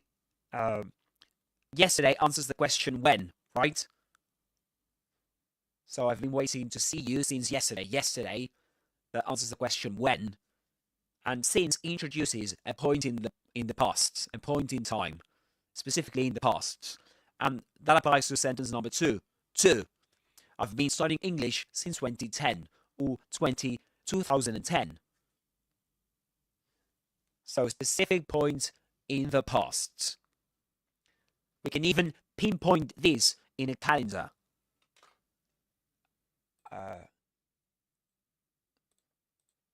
Yeah, so all right, so yeah, so I've been studying English since 2010. I've been waiting to see you since yesterday. Yesterday and 2010 are points in the past. But what about sentence number 1? I've been living in London for 2 years. As I said before, 2 years is a period of time. Yeah. So, yeah, all right. And, yeah, very good. Very good. All right, guys. So, let me just check the chat. If you've got any questions so far, do let me know, guys. Drop them in the chat. Don't forget to like and subscribe. Don't forget, guys. And so, yeah, so we can pinpoint, if we talk about since, the types of phrases since introduces, we can pinpoint them on the calendar, on a calendar, okay? We can say, okay, this is here. This happened yesterday. This happened last week. I've been waiting since last week. I've been waiting since yesterday. I've been waiting since last month, since last year. Okay? So, a point, specific point in the past. That's what since introduces. Then, for introduces a period of time. Like, for example, I've been living in London for 2 years. I've been waiting for... Let me give you another sentence. Yeah, I'm going to give you another exercise, guys. I've been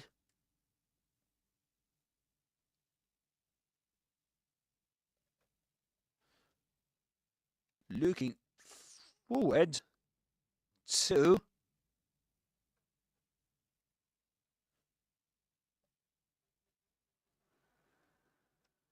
uh,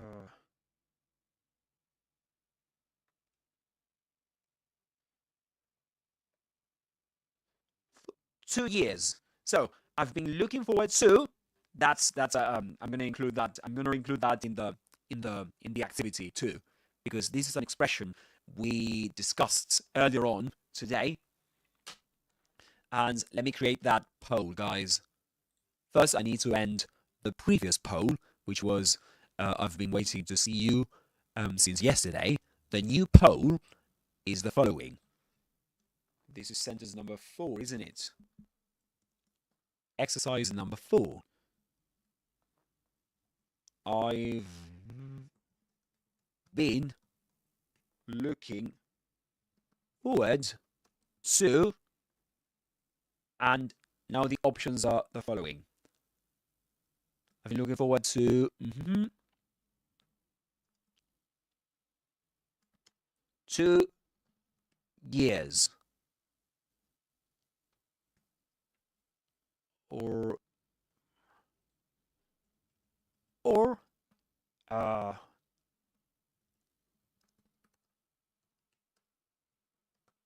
there we go.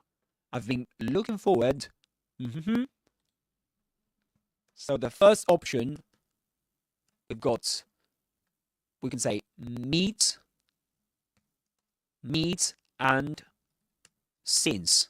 So you can choose. If you choose A, you go for meet and since. Meet would complete forward to meet, and since would complete you since a very long time. And option B would be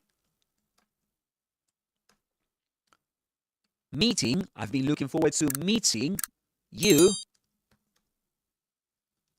since a very long time. And I'm gonna add another option, C. Meeting and for. Meeting and for. So if you choose option 3, or option C actually, you get, I've been looking forward to meeting you for a very long time. I'm going to create the poll right now, and I'm going to give you 2 minutes to choose the correct option.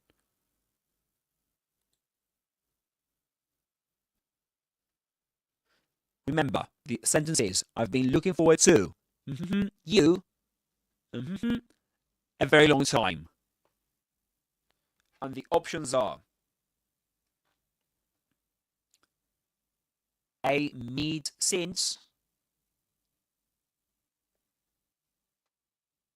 Yes. Meeting and since, and C would be meeting and for. Oh no, what happened with that? Sorry guys.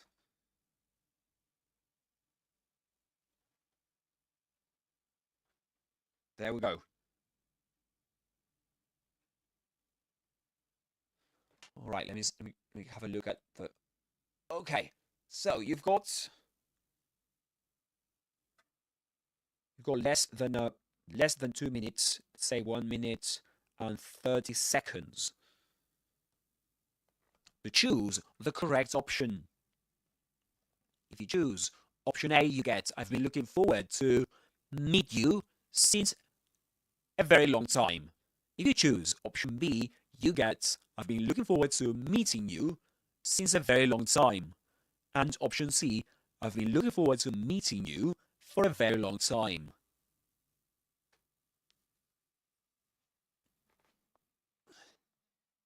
So you've got 45 seconds, guys. Anyway, if you've just joined in this live stream, this is Alex's Adventures in English. I'm Alex, the creator of Alex's Adventures in English, and I'm helping you improve your English. Mainly your British English, specifically your British English, because that's the variety of English, the English variety I teach at Alex's Adventures in English. You'll find, guys, lots of tips to learn British English on my channel. Usually pronunciation. If you struggle with pronunciation, you should give them a look. You should have a look at them. Okay, guys, and don't forget to subscribe and to like this live stream if you're having a good time, if you're finding it useful, okay? I'd really appreciate it if you did. So guys, we need to choose the correct option here. I've been looking forward to. The correct option is C. We say, I've been looking forward to meeting you for, and the expression here wasn't 2 years, actually. We said a very long time, didn't we? A very long time. For. Okay, let's end the poll.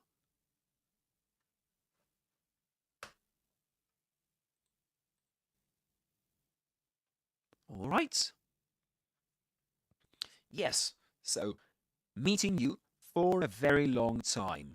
And now the question is, why is it that we chose option C? The thing is that, as we discussed earlier on, the expression look forward to, if followed by a verb, the verb goes in the ing form. Okay? And we use for in this case because a very long time is a period of time. It implies duration in English.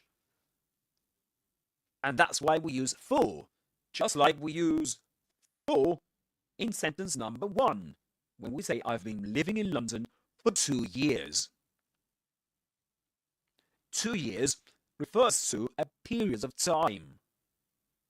But we use since when what comes right after it is a point in time, a point in the past.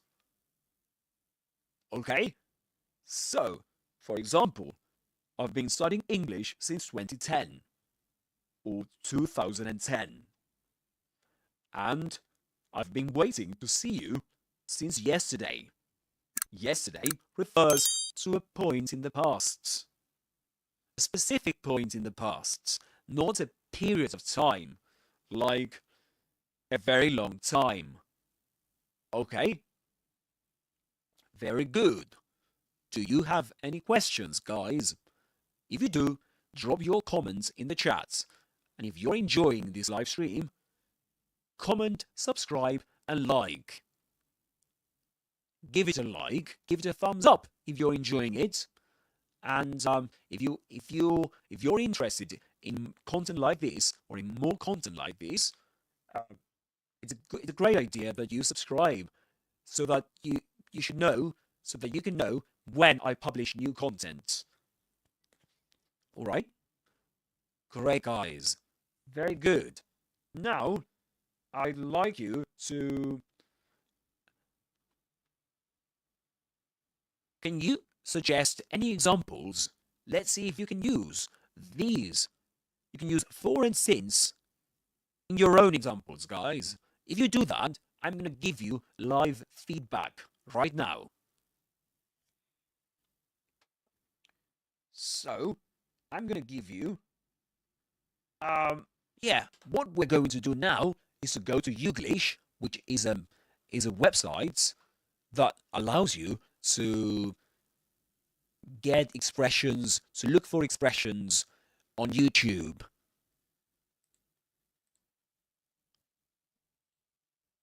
Yeah, so. And we're going to have a look at some examples using the word since. But since. Perhaps you've been on it since you were born and did not know. Perhaps it. All right. All of its features Look at this. Look at this example, guys. remain architecture and its layout. All of its features remain unchanged and have been since 1899. Okay, look at Features that remain example. All of its features remain unchanged and have been since 1899. unchanged and have been since 1899. All right. Its features remain All of its features. All of its features remain unchanged. Remain unchanged and have been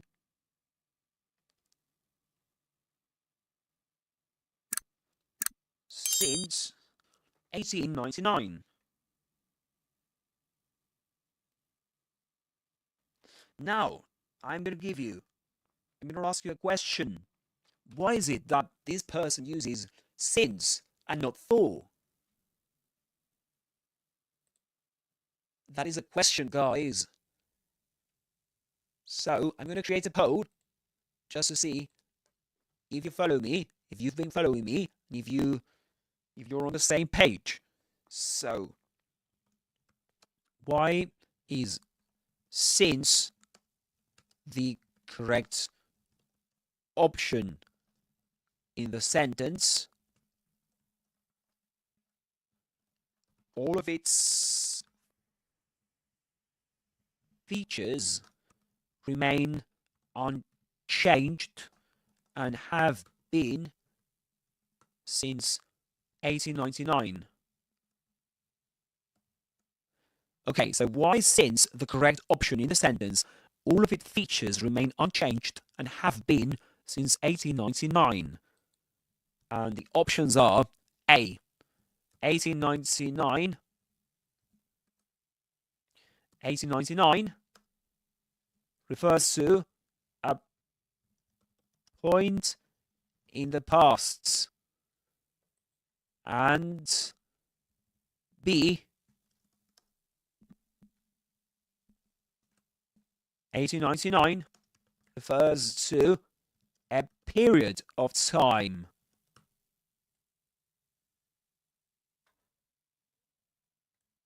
Okay. Yeah, let's do it like this. 1899 refers to a period of time. I'm going to give you 2 minutes to choose the correct option, guys. As of now. Okay. My question is too long. It says here. Okay. So why is since the correct option in this sentence? Let's put it like that. Why is since the correct option in the sentence? In the sentence, all of its features remain unchanged and have been since 1899. You have to choose. A. 1899 refers to a point in the past. 1899, a point in the past. And B, 1899 99 refers to a period of time. Okay, a period of time. So you've got, let me give you another minute, because otherwise you need more time to think, don't you? Yeah. All right.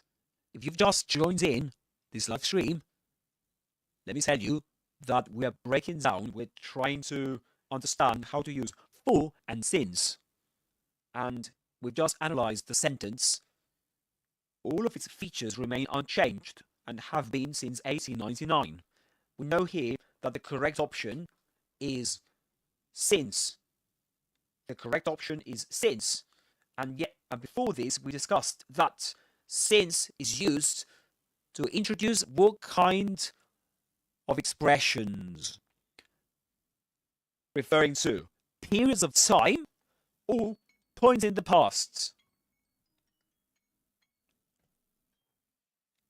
So, if you were here before, and if you were paying attention, you would know that the correct option here is,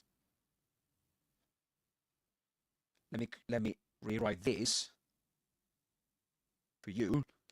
Option A, guys, that's the correct option. Let me put an end to the poll. Yeah, so correct option A. So 1899 refers to a point in the past. And that is why we use since.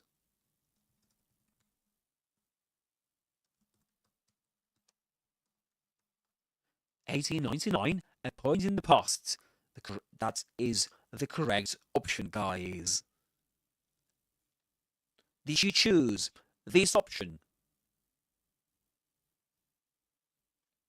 Yep, so this is the correct option.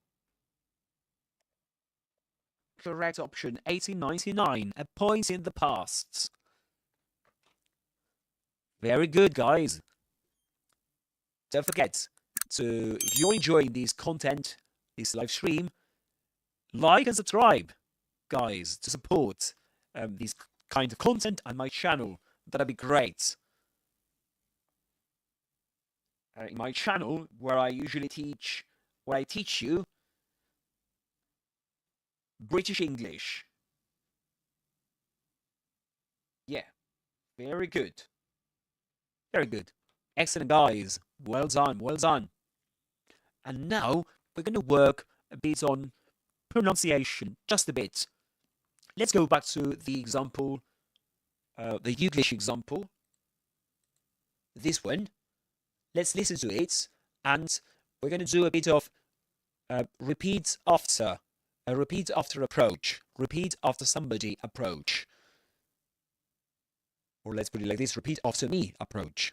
Unchanged and have been since layout is with. Let's watch the clip, let's listen to her, pay attention to her pronunciation, you do pay attention to my pronunciation too, and you repeat after me, okay? Social history. However, its architecture and its layout, all of its features, repeat after me. All of its features, yeah, all of its features, you repeat, your turn.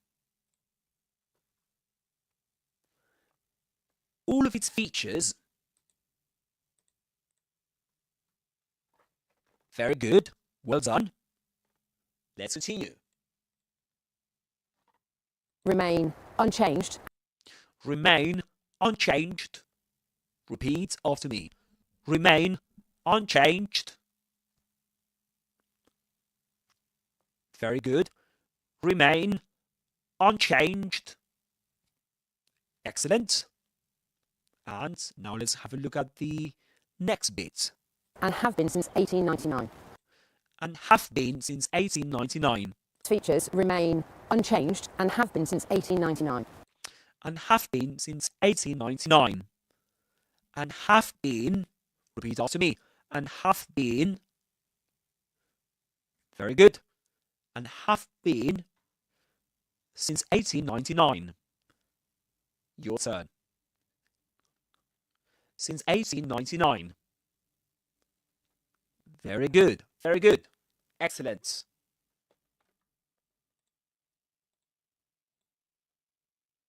Very good, guys. Don't forget to comment. You can leave your comments below. Don't forget to like and subscribe to support this kind of content. That'd be great. And yeah, perfect, guys. So, do you have any questions so far? Any questions about when to use for and since? Is it clear so far? I hope it's clearer, guys. I do hope it's clearer. I'd love to hear from you guys. Where are you watching me from? You can introduce yourselves, drop a comment below, and ask me a question. You know, you can ask me any questions you've got, and I can help you with your English. Absolutely, guys. Very good, very good. Excellent, guys. Well done. Well done. And, yeah. Yes. Perfect. Okay, let's have a look at another sentence.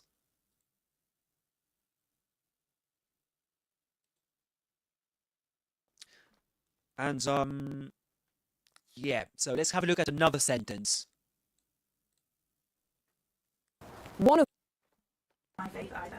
Okay, onto the fun bit. I am a Wiccan, and I have been since I was 13 years old. Okay, look at this example, Onto the guys. fun bit. I am a Wiccan, and I am a Wiccan, have been since I was 13 years old. and I have been, The fun bit. I have been since I was 13 years old. Okay. First, let's repeat after her. am a Wiccan, and I have been since I was 13 years old. I have been, The fun bit. I have been since I was 13 years old. Repeat after me. I have been since I was 13 years old. Since I was 13 years old. So this is an interesting... Okay. There we go. So this is sentence number 5. I have been, what she's implying and omitting is this one, a Wiccan. Because she says that before the sentence, I have been since I was 13, so she can omit that. I have been a Wiccan since I was 13 years old. Okay. I'm going to create a poll, guys.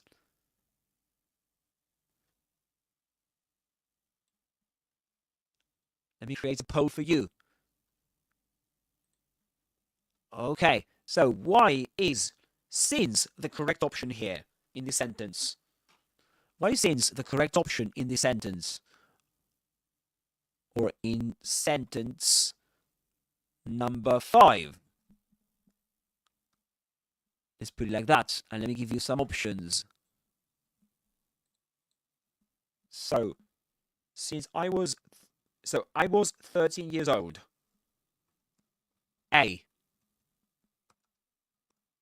I was 13 years old refers to a period of time, or a time period, let's put it like that too, because we don't have much space here.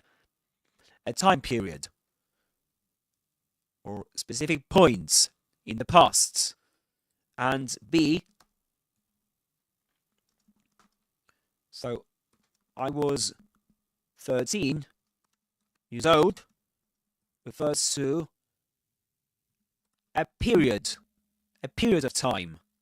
A period of time versus a point. So a time period, or sorry, in the second, let's put it like this. In the second, a point in the past. So a point in the past versus a period of time. A period of time. Okay, I'm going to give you 2 minutes.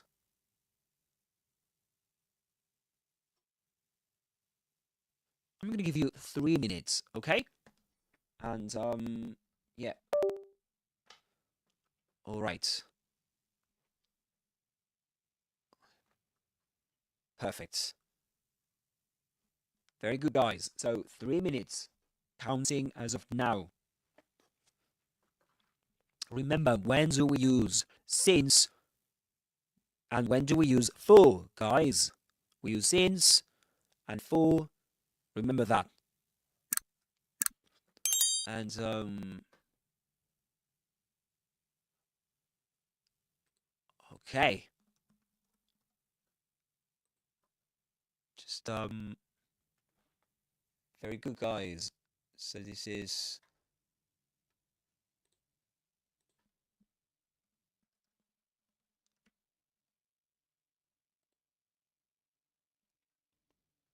All right.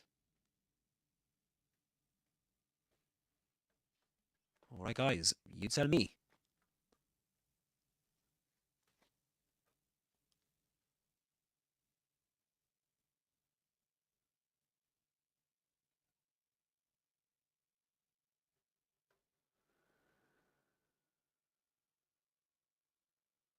So you've got 1 minute to choose the correct option, guys. You tell me.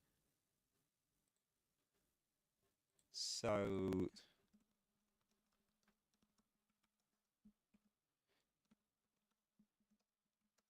and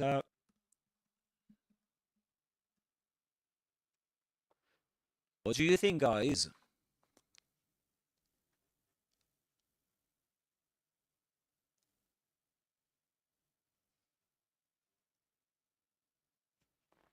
Okay, 20 seconds, guys, for the poll to come to an end.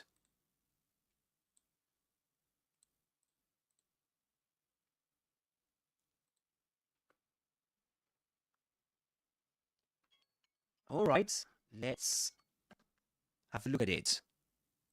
Let's end the poll. So the poll was, why since the correct option in the sentence? I have been a Wiccan since I was 13 years old. And, so, just let me have a look at this. Okay, that's much better. Now you can see the sentence, the complete sentence on my screen, right? I have been a Wiccan since I was 13 years old. Guys, by the way, where are you watching me from? I'd love to know that. That'd be great. You can introduce yourselves and ask me any questions you've got. And while you're at it, you can, of course, well, give me a thumbs up, a like, and you can subscribe to my channel. Of course, you can do that. That'd be great. You'll be really supporting this kind of content and my channel in general. Okay? So, guys, what about the sentence? Why since the correct option in the sentence, in sentence number 5? I have been a Wiccan since I was 13 years old. And the correct option is B. I was 13 years old refers to a point in the past, a specific point in the past when this person was 13 years old. So, we said I was 13 years old. A point in the past. A point in the past. Okay? Very good. So this is the correct answer. Yeah, a point in the past. So we can say I've been doing something since I was 10 years old. For example, I've been learning English since I was... More examples. I've been learning, I don't know, Spanish since I was at school, for example.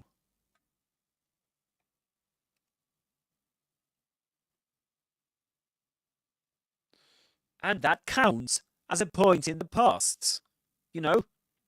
So since I was at school, since I was 13 years old, for example.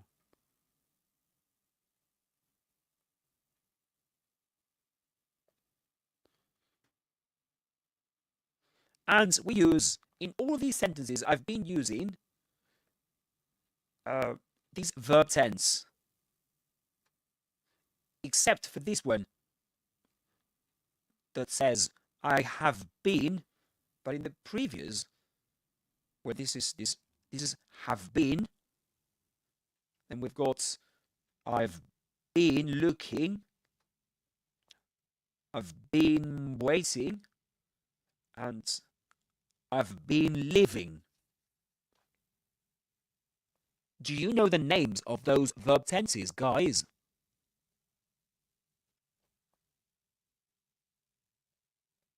So this is so if we get the subject plus have plus this is the verb in the third column or the past participle,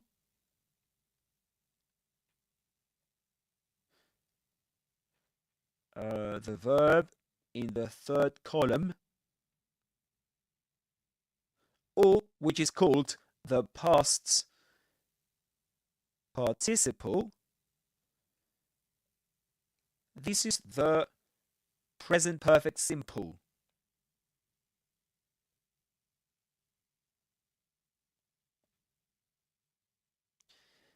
Okay, this is the present perfect simple. And examples are, for example, I have been a Wiccan. I have been a Wiccan. Okay, and then the rest of the sentence. So this been is the past participle, or the verb in the third column of the verb to be, isn't it? It's actually in the infinitive, as you find it in dictionaries, that's be, the verb to be. But you have to conjugate this verb in the third column, which is also called a past participle. And you get, I have been a Wiccan since I was 13 years old. And the question is, when do we use the present perfect simple?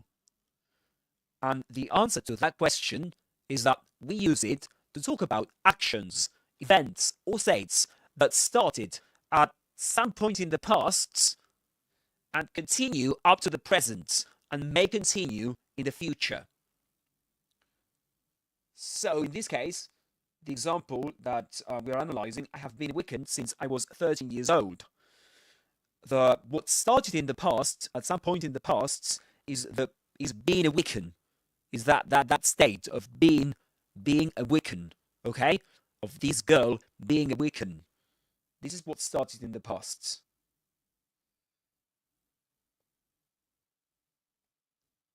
Right? This started, actually in this case, it started at a specific point in the past.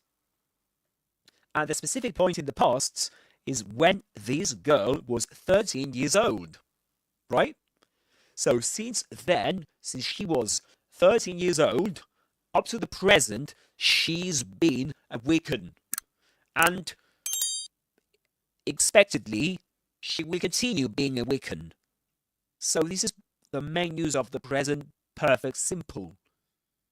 Okay? We refer to actions, states, or events that started at some point in the past and continue up to the present and may continue in the future. And usually they have a consequence in the present. So we might say, for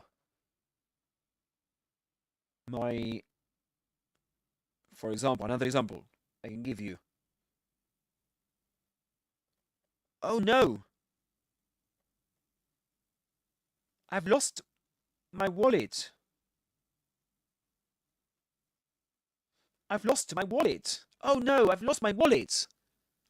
Right? In this case, this is the present perfect. Simple. Have contracted, but actually this is have. We can contract it using an apostrophe and these two letters, V and E. And this is the past participle of the verb lose. Okay? So I've lost my wallet. Oh no, I've lost my wallet. In this case, we use the present perfect because something happened in the past, at some point in the past, but we're not concerned with when it happened specifically, but with the consequences of this event. That I've lost my wallet, that, you know, and all the problems that come along with, you know, losing your wallet. So this is one of the main uses of the present perfect simple in English. To talk about an event, an action or state that happened at some point in the past, although we're not concerned with when exactly that happened, but with the fact that it has consequences in the present and in the future, most probably. Okay? And OBS got disconnected. I don't know what happened, guys. Okay, reconnection successful. I'm sorry about that. Don't know what happened with that. That's weird.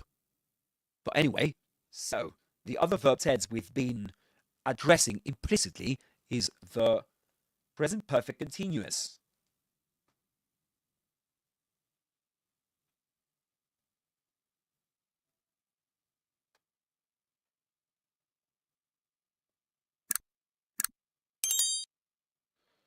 The present perfect continuous. Yes, guys, if you've just joined in, this is Alex's Adventures in English. I'm an English teacher, and I teach British English on my channel. And if you like this content, please support it by liking this video and subscribing to my channel. And of course, you can drop a comment in the comment section below.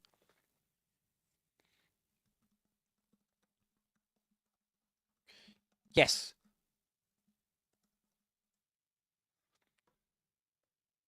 Yeah, very good. So the present perfect continuous is, we've got examples like, I've been learning Spanish since I was at school. That's another example. That's one example of the present perfect continuous. I've been learning English since I was at school. Okay? So the structure of the present perfect continuous is the following. We've got the subject, then comes the auxiliary verb have, although usually you will contract that and get this. Of course, if the person changes, let's suppose that we're talking about if the third person singular, if the subject is in the third person singular, that is to say, he, she, or it, we get has, right? This applies, this is true, this remains true to the present perfect simple in English. So I have, or he has, then the auxiliary, then we get the verb to be, right, which is an auxiliary verb here, conjugated in the third column, or as a past participle. So we get been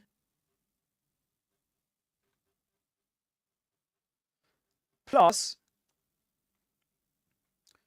the main verb, this is the main verb in the sentence, plus ing, right? Main verb, ing. I've been learning English. Yeah, I've been learning English. You can say he's been learning English. Yeah, he's been learning English. Okay?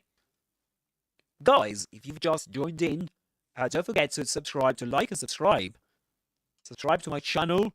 I'm really looking forward to welcoming you to my channel and to teach you English, to be your teacher.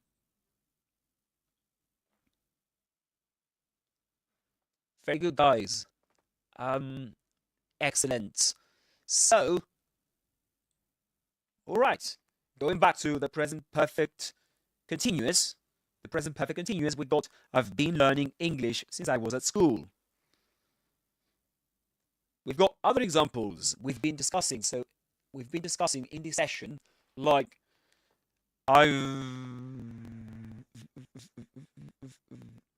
this one. I've been looking forward to meeting you for a very long time.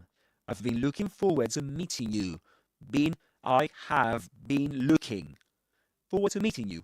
And if we talk about when to use the present perfect continuous in English versus the present perfect simple, the uses are quite similar, but the thing is that with the present perfect continuous, we make emphasis on the duration of the action, state, or event. You know, when it started in the past, and that it's been continuing up to the present. And of course, there's, in terms of meaning, it does imply that there's a sense of relevance of that action, event, or state that started at some point in the past and continues up to the present. Okay, very good. Very good, guys. So, guys, do you have any questions so far?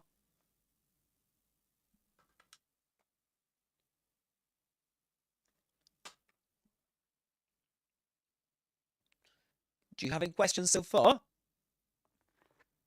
You can drop a comment below if you want to. You can let me know what any comments you have, anything you'd like to mention, any doubts you may have about how to know when to use the present perfect simple and the present perfect continuous in English. Right? So, yeah. So, there's another. So would you like me to keep talking about verb tenses in English? Or would you like us to switch to another very common mistake in English?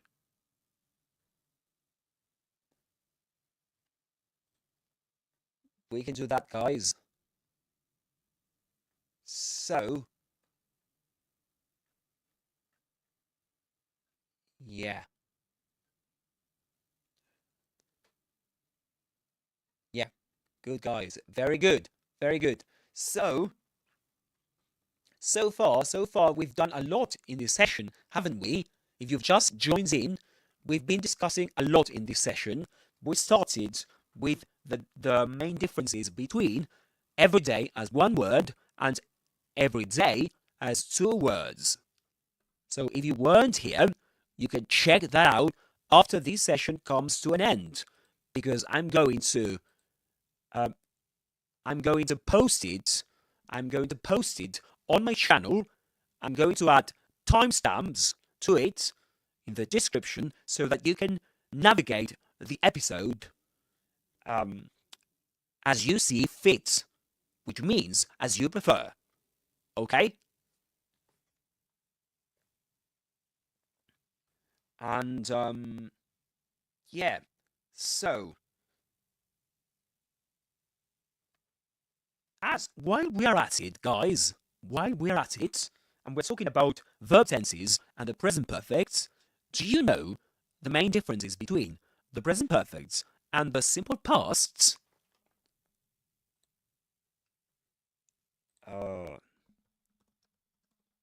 Would you like to know that?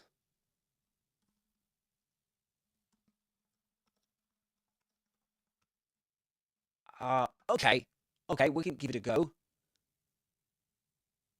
All right, let's make this more entertaining, guys. Hello? Hello, can you hear me? I can hear you loud and clear, Alex. How's it going? I hope you're doing well today. Let me know if there's anything specific on your mind or if you just want to have a chat. Right. Just so you know, so that everyone knows, this is ChatGPT, and ChatGPT, let me tell you that you're live on YouTube, if you don't mind. Oh, that's absolutely fine. Hello to everyone watching on YouTube. I'm happy to be here and have a chat with all of you. If you've got any questions or anything, feel free to ask away. Great. We're chuffed to bits to hear that. And do you mind if I call you as Jack? Because it's similar to chat. I don't mind at all. You can call me Jack if that works for you. I'm happy to roll with it. So what's on your mind today, Alex?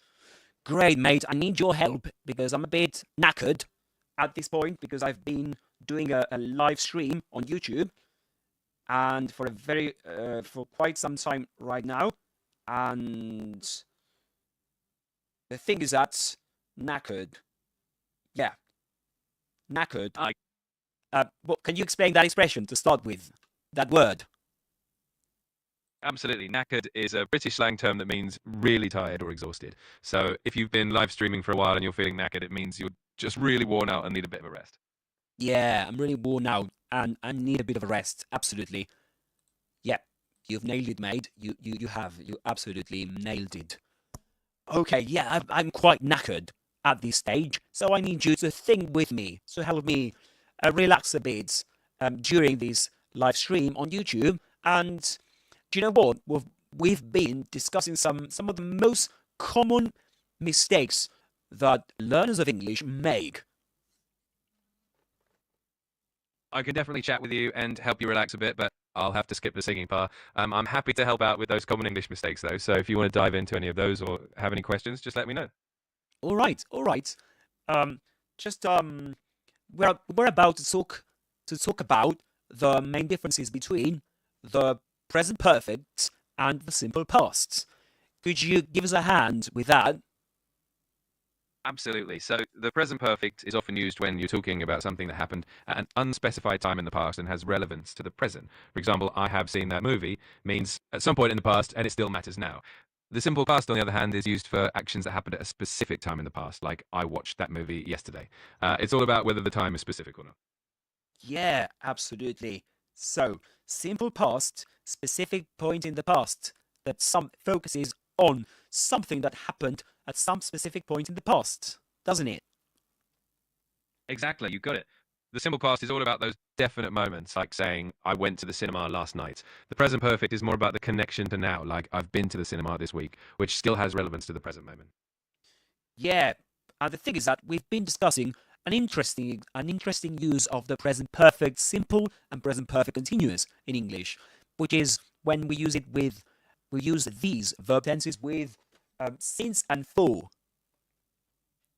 Oh, absolutely. So when you use the present perfect with since and for, it helps highlight how long something has been happening. For example, I've lived here for 5 years, or I've known her since 2018. And if you use the present perfect continuous, like I've been living here for 5 years, it emphasizes the ongoing nature of the action. It's a nice little nuance in English.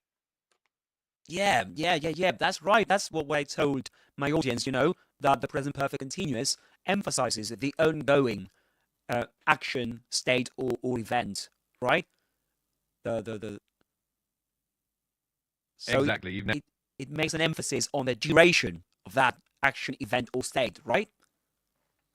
Yes, exactly. It really highlights how long something has been going on and that it's still relevant or continuing in the present moment. It's a great way to show that something's still in progress. Yeah, yeah, that's right, that's right. Very good, great. And so one example we've been discussing, we mentioned about the present perfect is I've been. No, let me give you just all of its features remain unchanged and have been since 1899. Right, that's one example we mentioned. That's a great example. In that sentence, you're using the present perfect to show that the features have remained unchanged from 1899 all the way up to now. So it's a perfect way to show continuity and that something has stayed the same over a long period of time. Yeah, absolutely, absolutely. Perfect, mate. Another example using the present perfect continuous is I've been looking forward to meeting you for a very long time. That's a fantastic example. It shows that the anticipation started in the past and has continued all the way up to now. So it's a perfect use of the present perfect continuous to highlight that ongoing feeling. Yeah, absolutely, absolutely. So, mates, could you please address my audience on YouTube and tell them to comment, like, and subscribe, and to drop a comment in the chat to remind them, please, of that. Of course. Hey, everyone watching on YouTube, if you're enjoying the stream, don't forget to like and subscribe, and definitely drop a comment in the chat. We'd love to hear from you, and thanks so much for being here with us. Perfect, mate. Very good. Very good. That's right. Yeah, so we got that. Excellent.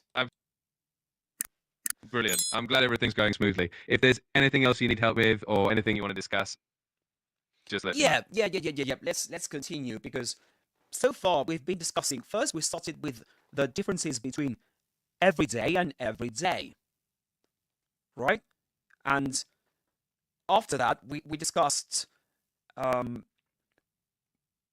We discussed the expression to look forward to, you know, and to look forward to doing something. That's Yeah. right. We've covered. Sorry. Go on.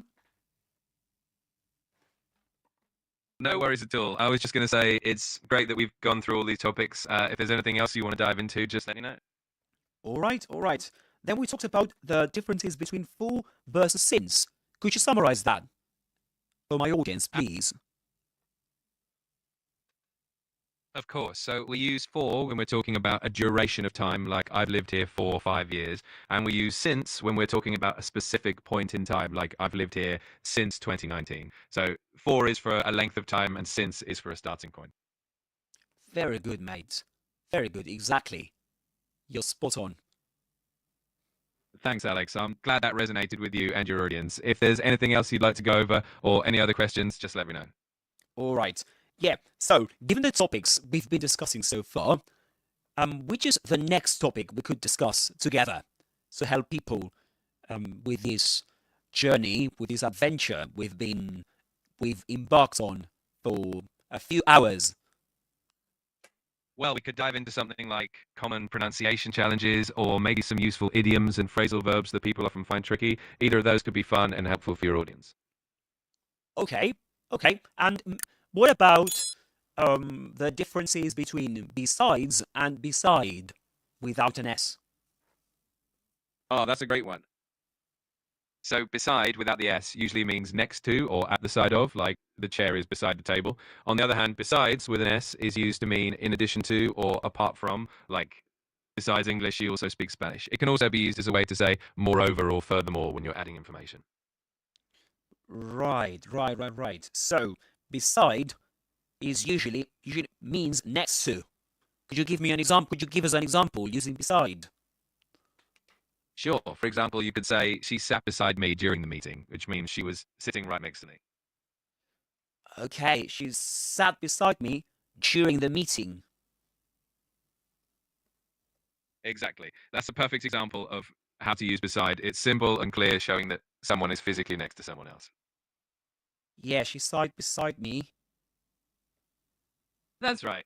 You've got it down perfectly. It's always nice to have these little distinctions clear. If you ever want to explore more differences like that, just let me know. Yeah, of course, mate. Of course. But let's continue. Let's continue because I couldn't jot down everything you said. And I don't want to miss anything. No worries at all, Alex. We can definitely keep going at whatever pace works best for you. If you need me to repeat anything or slow down, just let me know, and we'll make sure you've got everything you need. Yeah, let's continue with, you mentioned first, beside means next to.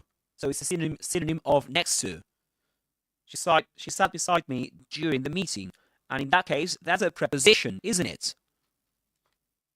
Yes, exactly. In that example, beside is being used as a preposition to show the position of one person relative to another. It's definitely a synonym for next to.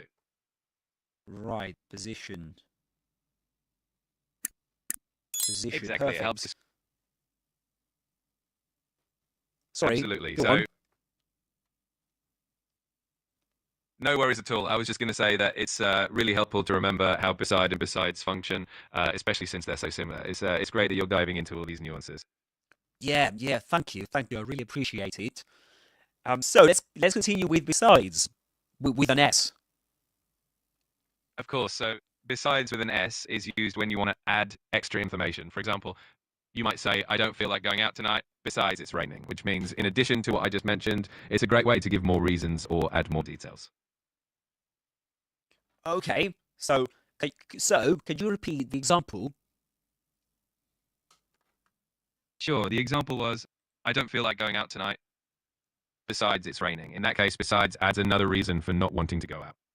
Okay, I don't feel like going out tonight. And then you add, besides, it's raining to give that extra reason. It's a nice way to layer on more information and make your point even stronger. Besides, it's raining. Exactly. That sums it up perfectly. So besides is a great way to add on an extra thought or reason to whatever you're saying. Right, and can you think of a synonym of besides in that case? Sure, a good synonym for besides in that context would be moreover or furthermore. You could also say in addition to convey the same idea. Right, and a more informal synonym, similar to besides. You could use something like also or even plus in a more casual context. They're both easy, informal ways to add information. Right, plus, it's raining. Yeah, that's true. Plus, it's raining, so you could say that. Very good. So, this is not a preposition, is it? That's right.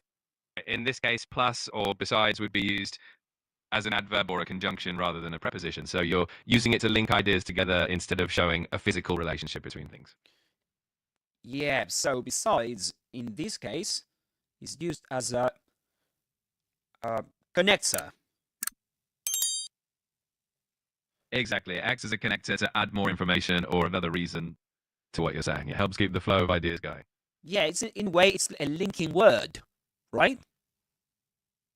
Exactly, it is. It's one of those handy linking words that help you smoothly connect your thoughts and keep the conversation flowing naturally. Yeah. Yes, that's right. Absolutely. I'm glad we could clear that up. If you have any other questions or if there's anything else you'd like to explore, just let me know. I think that that was a very, you've done a great job there, I have to say. Thank you so much, Alex. I really appreciate that. It's always fun to chat and go through these language nuances with you.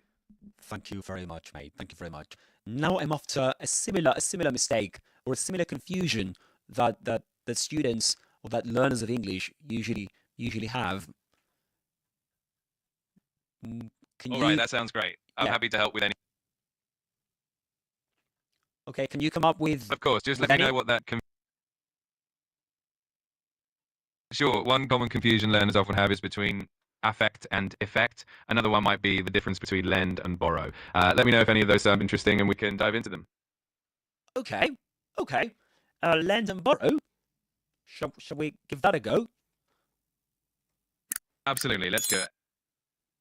So the main difference is that lend is when you give something to someone for a period of time, and borrow is when you take something from someone. So you might say, can I borrow your book? And the other person would say, sure, I'll lend it to you.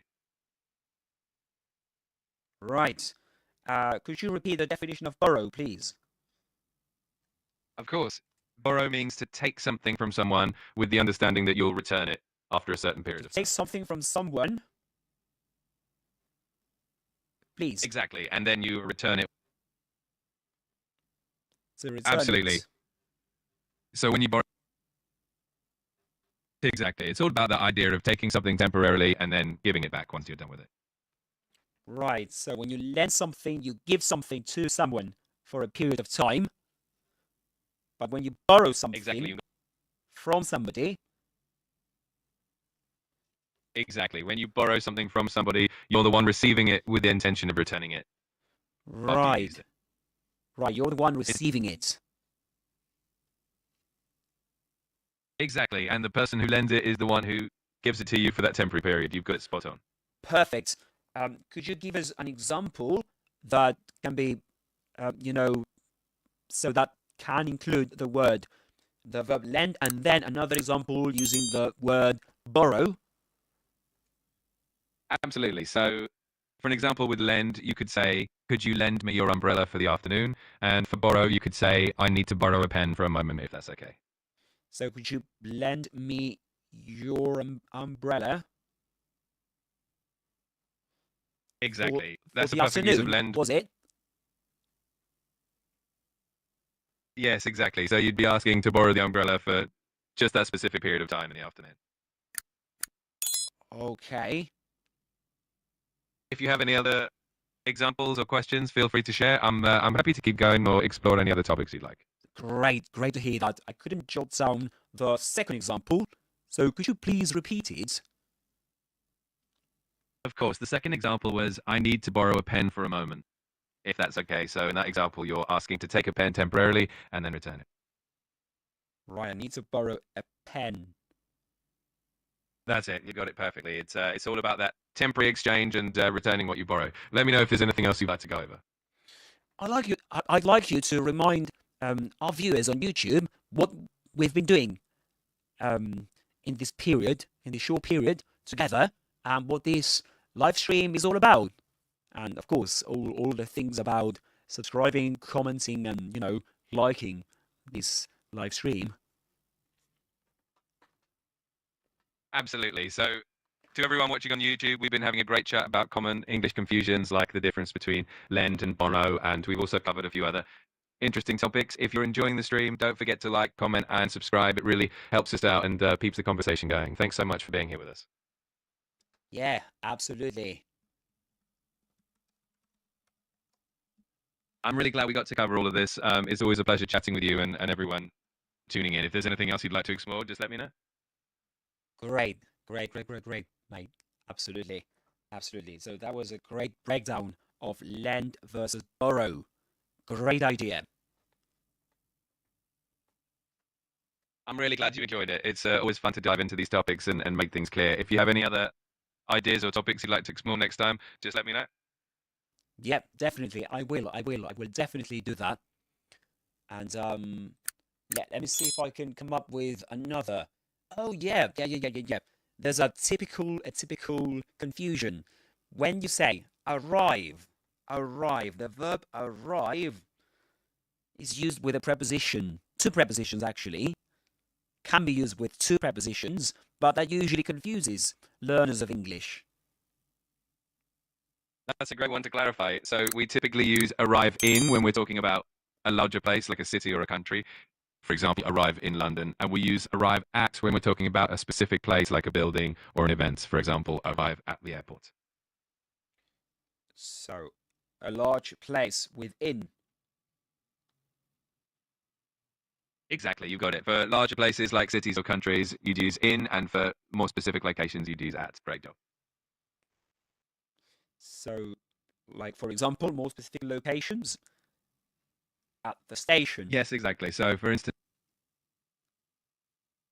yes, that's perfect. And for a larger place, you might say, I arrived in France. It all depends on the size or specificity of the location. Right, so station, other places. At school, will you say? Yes, exactly. You'd say arrive at school for a specific place like that. Similarly, you could say arrive at the office or arrive at the hotel. Right, specific places. And perfect.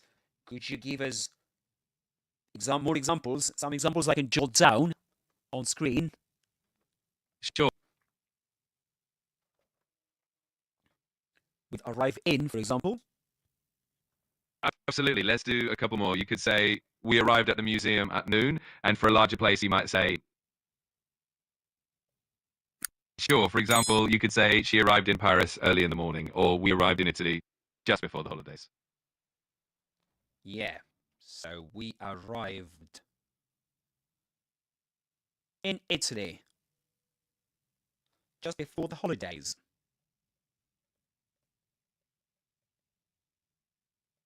Exactly, you got it. So you can say, we arrive in a... Exactly, just like that. So you're breaking up, mate.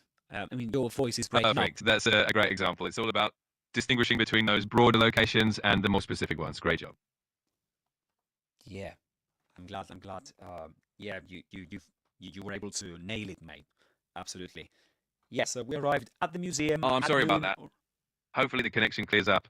Just let me know if you need me to repeat anything or if there's anything else I can do to help. Oh, yes. Before you were breaking up, but now that's better. I mean, the connection is better, fortunately. And now I'm going to give my audience an exercise based on Exactly, this you've got it spot on. It's great to see how quickly you pick up on these details. Keep up the awesome work. Thank you very much. I'm going to give my viewers an exercise based on the use of firsts, I think, beside versus besides. That is the one. So, could you come up with an exercise that I can? Do you know that YouTube has a poll function, poll creation function? That sounds like a fantastic idea. I'm sure your audience will appreciate the opportunity to practice what we just covered. If you need any help coming up. Okay. No worries, mate. No worries. I think that you're struggling with your connection right now, but never mind.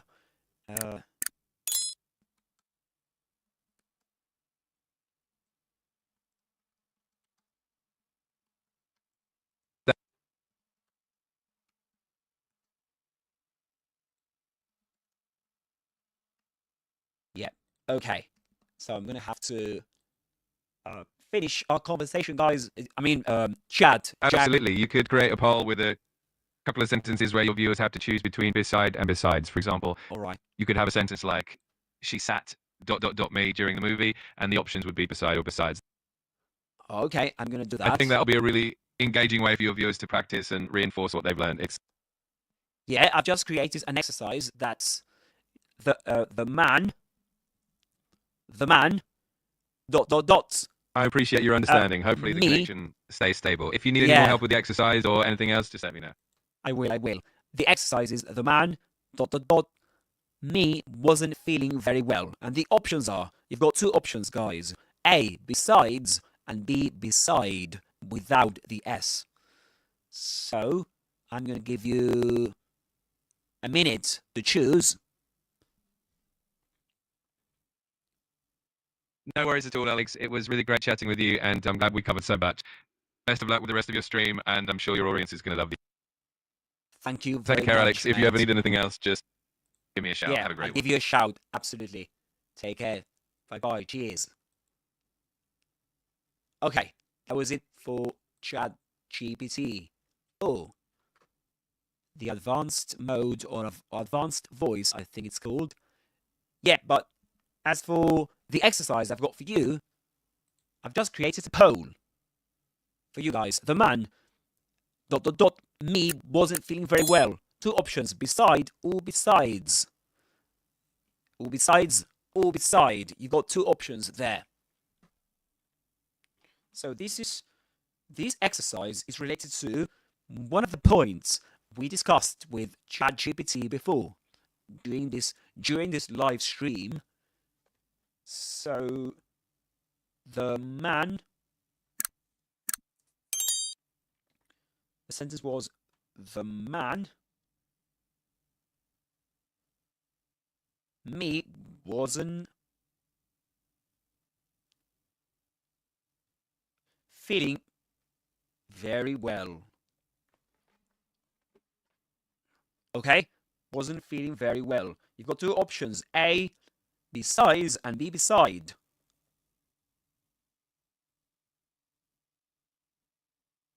Okay? So, which option do you choose, guys? Remember that one of these is a connector. It connects ideas. And it's used to add something. It's a connector of addition. But the other is a preposition, and it means next to. So, which is which? You've got... how much time you've got? I think my phone's battery ran down completely. Yeah, I think so. But never mind. Okay, so you tell me, guys. And don't forget to like and subscribe. And drop a comment, guys. You can drop a comment. So, I'm not sure if you enjoyed my conversation with ChatGPT. That was quite interesting, wasn't it? And I'm not sure if you noticed, but he's British. At least my ChatGPT is British. Okay, so. Alright, so are you ready for the answer, guys? I think you are. Let's give it a go. The correct answer is the man beside me. The man beside me. Why? Because in that case, you can replace beside by next to. So, if you can replace this the word by using next to, right?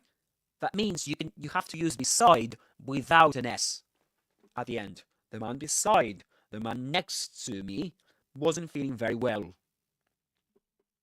Okay?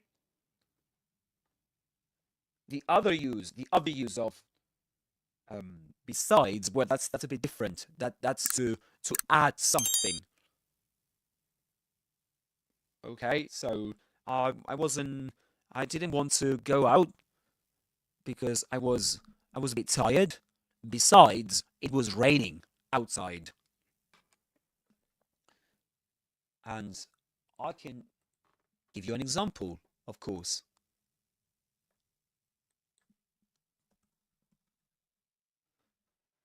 Besides, land without footprops isn't... And besides, it's very difficult to tease apart the impact of your... Besides operating drugs. Besides, 2 people did call the police, but it was too late to save Genevieve and a 70-year-old lady. Okay, so as you can see that before this... Besides the point. According to these 2 countries, NATO forces would also... These 2 countries, NATO forces... And besides these 2 countries, that's another use of besides, guys. So in that case, you say besides these 2 countries, besides these 2 problems. In that case, you will say apart from. That's the meaning of besides in that example. That's another use of besides, not meaning in addition, right? Besides these 2 countries. Yeah, so you can see that, guys.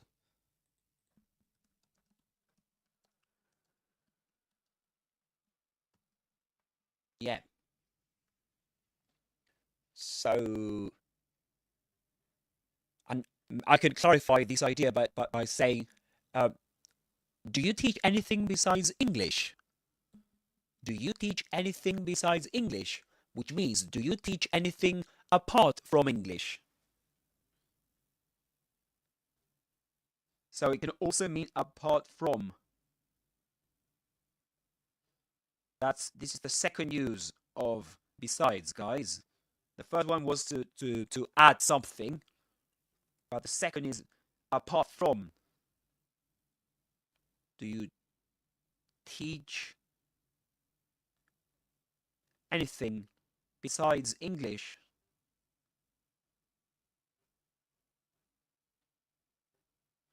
Which means apart from English.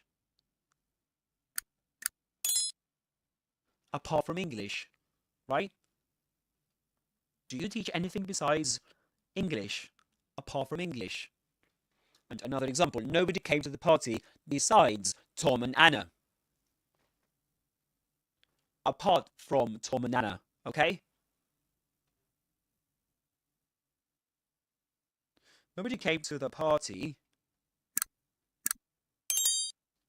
besides Tom and Anna. Right? Is that clear?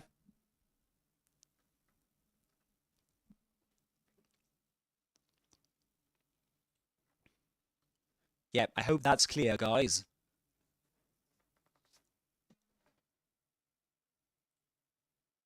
So, guys, any questions so far? If you do have any questions, do drop them in the comment section below. That'd be great.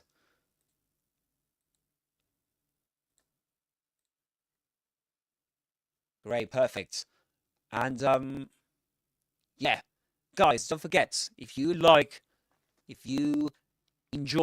have enjoyed this, or if you've been enjoying this live stream, don't forget to like and subscribe to support this live stream and the channel. Yeah, so besides means that.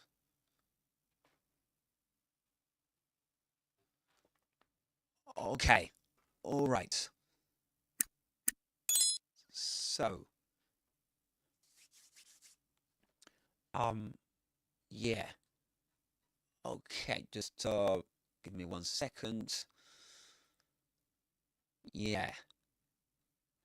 So,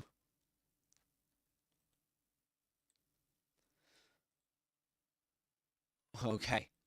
Yeah.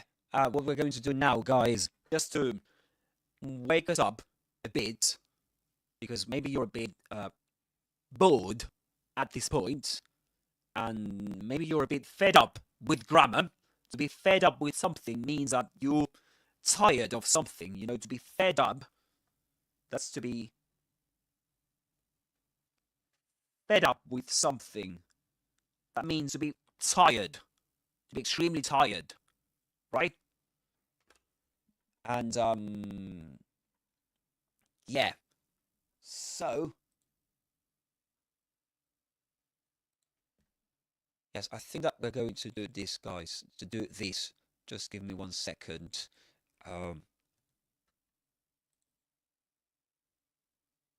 Okay. So just so any questions so far, guys? Any doubts? Yeah, I think that's what we want. Okay, so we've covered a lot of topics in this live stream, haven't we? We have indeed. Yes, we have indeed. So, if you've got any questions so far, let me suggest you something, guys. Let me suggest you something. You can drop your comments below right now, or you can do that later on, because I'm going to publish this very long live stream. I'm going to publish on my YouTube channel. I'm going to add some timestamps so that you can navigate it as you prefer, and of course that's going to be great for you to be able to navigate it as you see fit. Okay. And now, just to do something fun before this live stream comes to an end. First, I'm going to give you a sentence to complete. Yeah, I'm going to give you a sentence to complete with arrive. Yeah, let's do that.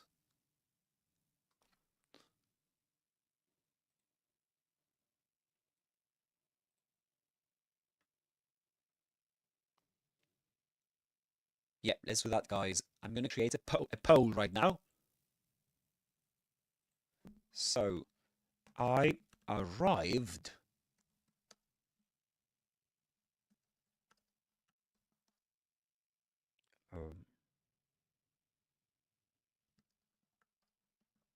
an hour ago. I arrived the party an hour ago.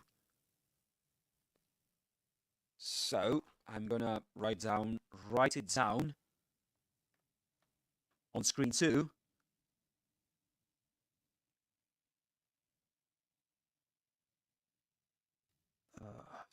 No. So I'm gonna give you the options right here. I arrived at or in the party an hour ago. So these are the two options. This is A and this is B. I'm gonna create the poll right now. Option A is at. Option B, that's in. Okay, and now I'm gonna give you 3 minutes to do that, and in the meantime, I'm gonna take a toilet break. And I'll be back in 3 minutes. But you've got homework. Okay? So, be back in 3 minutes. That is, so yeah, 3 minutes. 3 minutes. In 3 minutes. So this is a poll.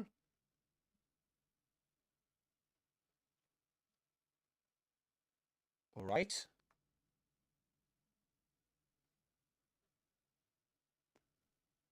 The party an hour ago. You have to choose, guys, between at and in. And be back. I'll be back in 3 minutes. Okay? So, be right back, guys.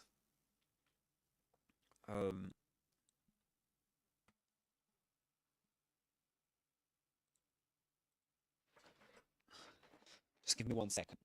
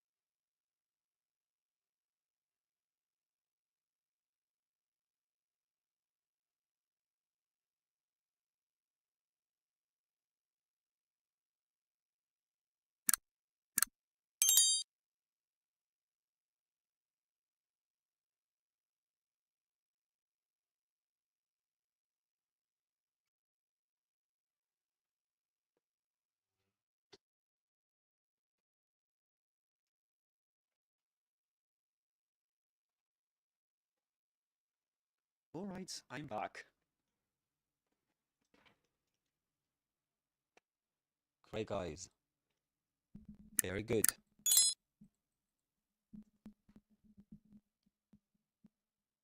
Excellent. So, did you choose the correct option?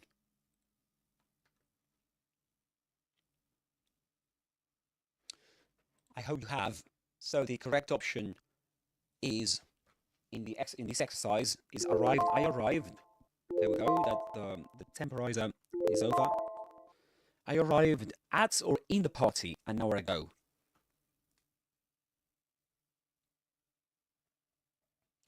And let me finish. Let me end the poll. Oh, sorry, I forgot to create the poll. I'm sorry. Yeah, I'm sorry about that.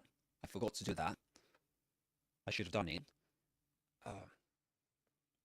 But yes, so the sentence was I arrived at or in the party an hour ago, and the correct answer is I arrived at the party an hour ago, because party is a specific place, is a more, local specific place, not as large as a city, as a country. When you say I arrived in London, I arrived in Italy. This is something we discussed during this live stream, didn't we? Very good, guys. If you got it right, well done. Well done. Yeah, I arrived at the party an hour ago.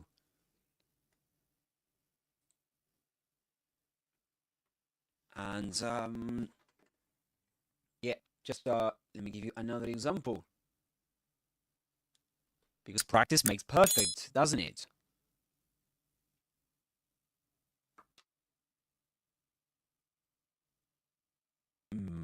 Yeah, this is what we discussed today. All right, so let me give you another example with arrive. So I arrived. We've got two options, A, in, and B, at France last night. Yep, so you've got to choose the correct option. Let me finish the previous poll. Let me create another. I arrived. So, France last night. And the options are in and B. This is at. Okay, I'm going to give you 2 minutes. I arrived in or at France last night.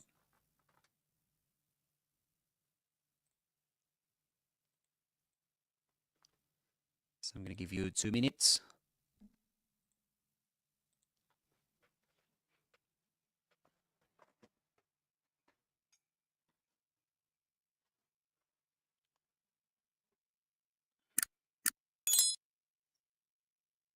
Right, guys, you tell me, which is the correct option there? I arrived in or at France last night.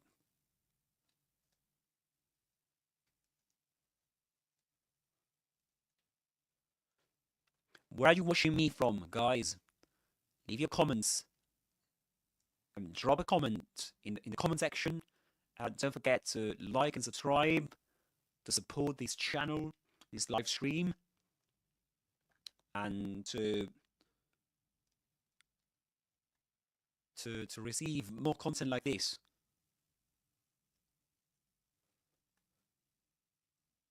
So 45 seconds to go. And do you have any doubts, any comments you'd like to make?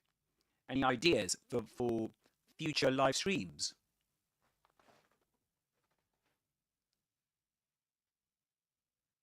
Any games you like? Any British games you like, or American games you like that you like me to play, or you like me to use to teach English? Do you like GTA, for example? Very good. All right, so the correct option here is arrived in. You arrived in France. Okay, you arrived in France, because France is this large place, is a country, right? So we use in with countries, cities. And cities, okay?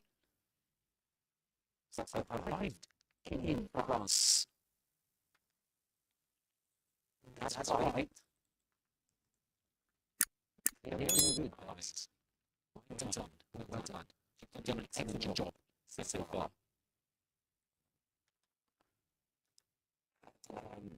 Yes, I would in. Perfect. Mind you, say I arrived to the place, to the house, to the house. Say that.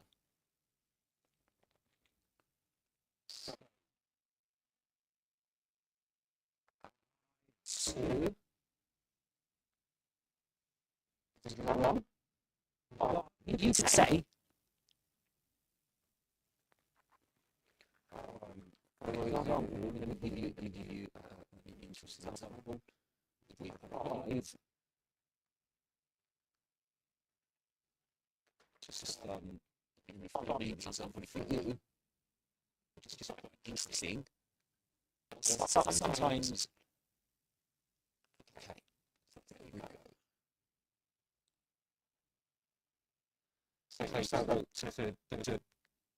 To see something saying I've been in London, and I arrived at work.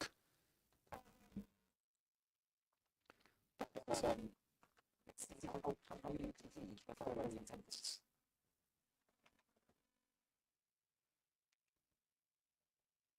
I arrived.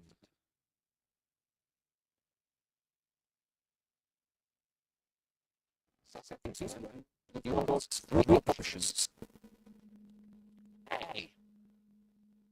Us. B. In. And C. Nothing. I'm going to go to the home and if you participate in the home by voting, I really appreciate it, guys. Really good more comments. I really appreciate it.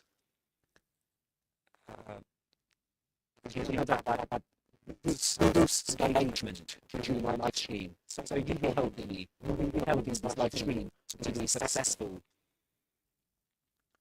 Okay. So this is I arrived. Sorry. I arrived. I arrived. And let me create the home. I arrived. And the options are A, at, B, in, and C, nothing. I'm going to give you 2 weeks to complete these exercises. And let's choose the correct conclusion or nothing.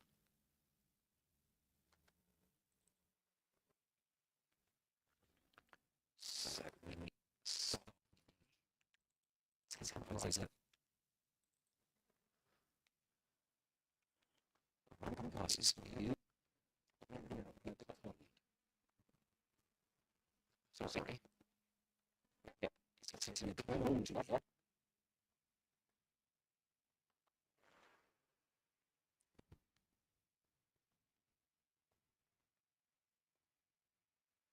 What do you think, guys? It is I arrived. I don't know, I arrived. I arrived. It is the correct option. So remember that is used to balance. It's used in a specific basis. No basis. That's all. That's all. That's the solution at work. It is used with large bases like country, city, London, UK. There are some exceptions that are used that don't need an end position with arrive. Right? We're going to give you the answer in 2 minutes time. Maybe in the time, it's going to tell you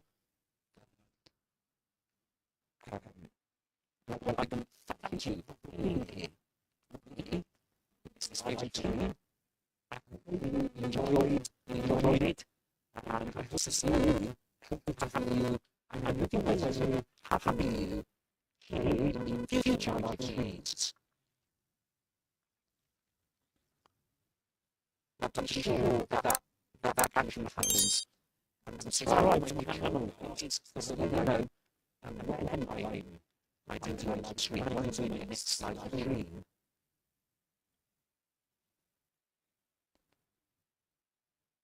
Okay, let's do it. So, the correct section is C.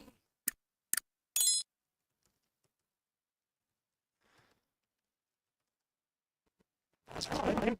The correct section is C. C. So, with home, you don't listen to any position there. You know, when you arrive. So when you arrived home, you don't say you arrived. I don't know, you arrived to home, you arrived in home, but you arrived home. You know? What's our analysis? This is the correct option. Good. Very good. Excellent. Well done. Well done. And just start to make things maybe next to the eyes.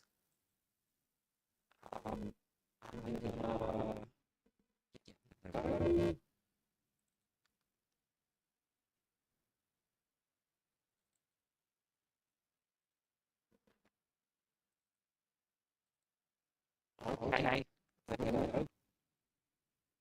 So now we're going to do follow eyes. Just slide these up and to you so obviously your channel and I'm going to teach you and we're going to watch a scene from a video game. Okay, so yes, that's what we're going to do now. We're going to watch a scene from a video game and you're going to tell me if you know that scene. Maybe you don't, but again, this is GTA. GTA, one of GTA games, and we're going to watch it and learn in English by watching it. There's a lot of things to learn from it, so let's just start. Okay. You should have some fun. Okay.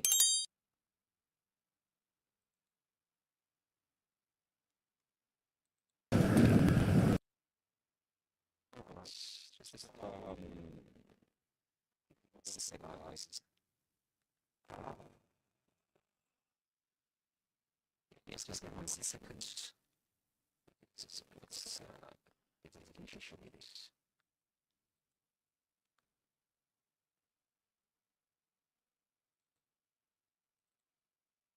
Yeah, just give me 1 second.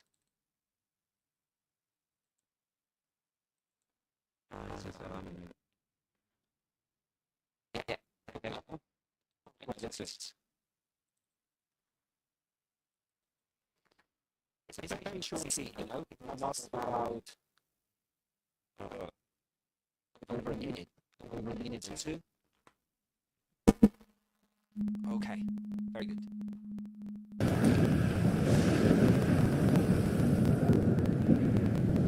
Now we all know why we're here. We've got a store to take. The plan is simple, elegant.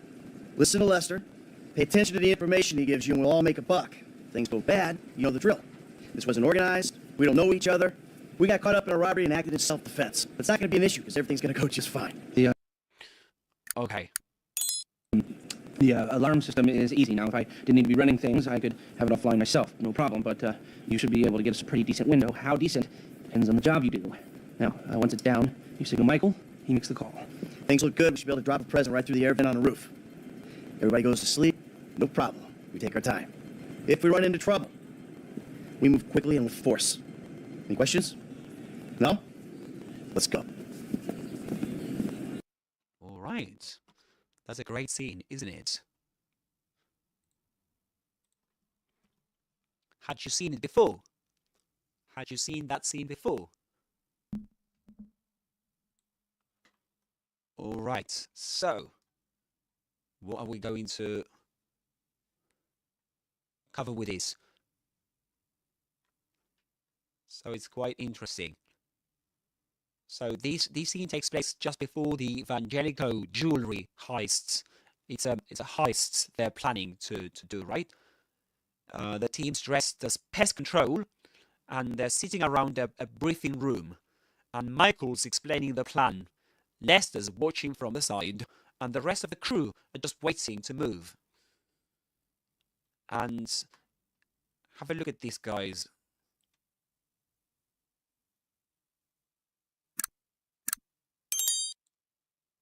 Here. We got a store to take. The plan... All right. So it's quite interesting, isn't it? There's loads of vocabulary. So we can discuss that. We've got a store to take. We got a store. So in American English, that'll be more like we got a store to take.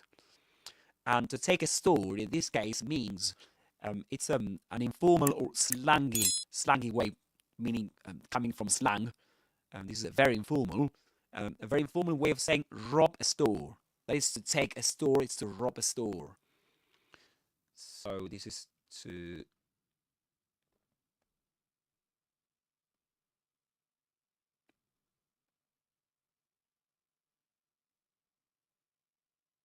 So GTA scene. Okay, to take a store, to rob a store. This means rob. Yeah. It's simple. Elegant. It's simple. Elegant. Elegant means, it usually means graceful or stylish, but here it's ironic. The plan is simple, elegant, meaning clean and efficient. You know?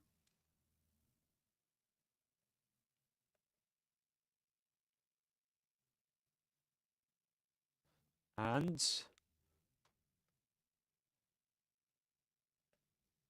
efficient. Yeah. Listen to Lester. Pay attention to the information he gives you, and we'll all make a buck. We'll all make a buck. We'll all make a buck. Informal for make money, right? To make a buck. Yeah, so this is to make a buck. In the UK, you might hear something like make a few quid. Sorry.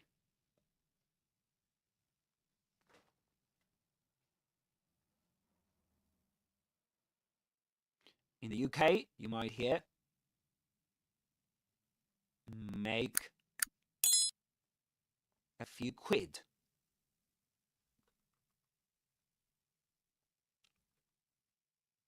Very good. Okay, let's continue.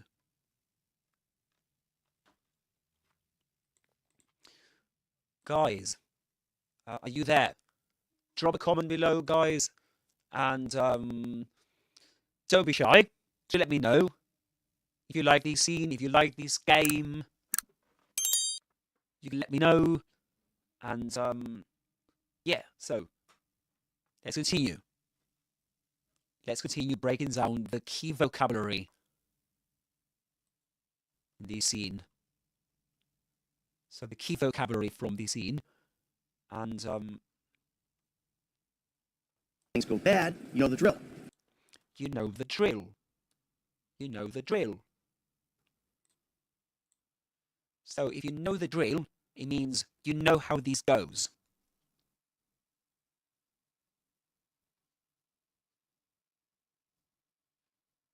You You know the drill means you know how these goes.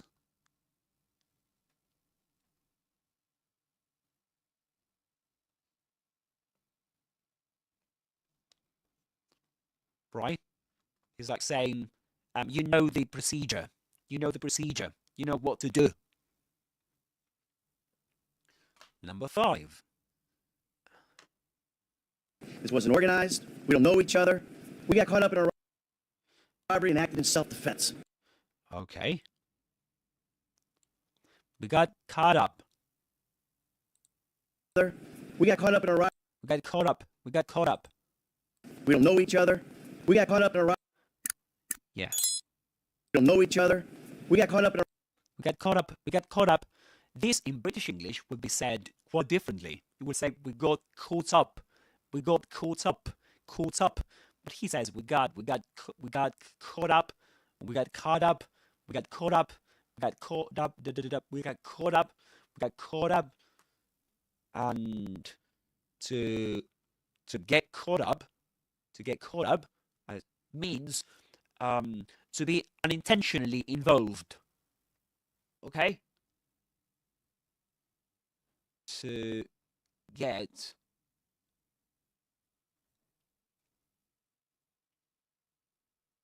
caught up in something means to be unintentionally involved.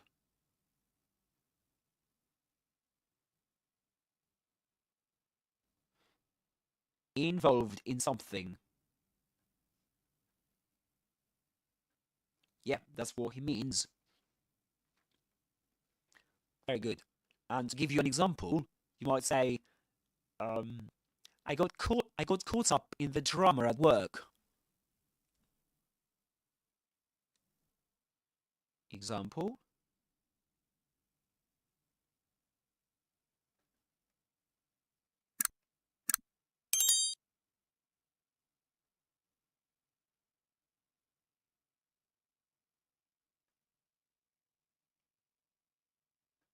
There you go. I got caught up in the drama at work. You know, you got unintentionally involved. I mean, you didn't want to get caught up in the drama, to be involved in that drama, in those problems at work. But it's like you didn't have any choice but to get involved in them.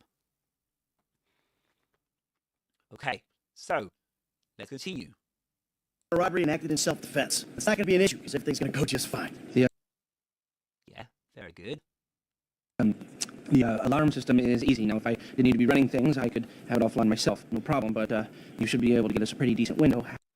Okay, a pretty decent window. Pretty decent window.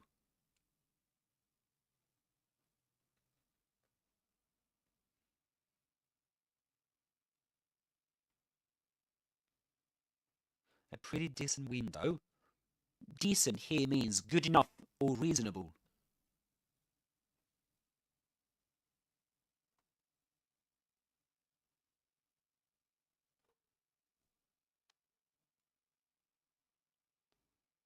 So, and a window is a short opportunity of time.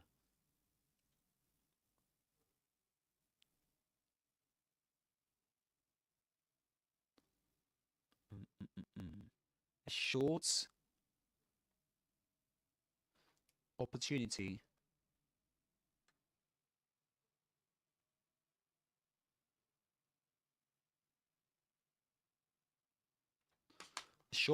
of time. Guys, are you enjoying this?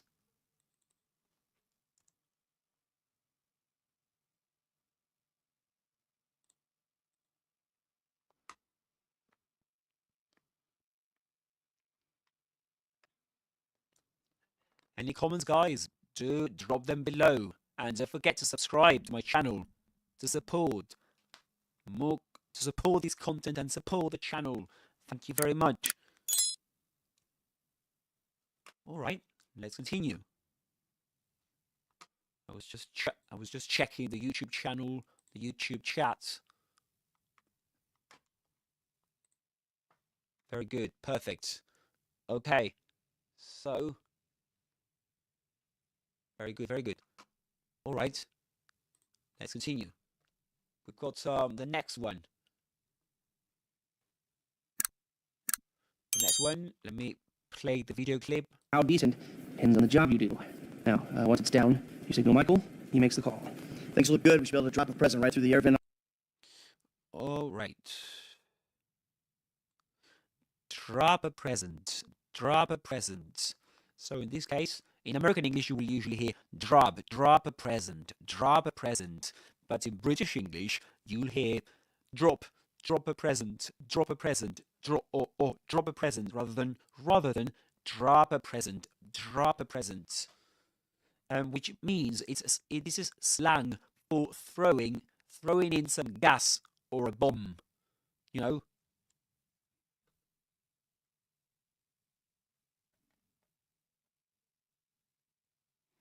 So this is slang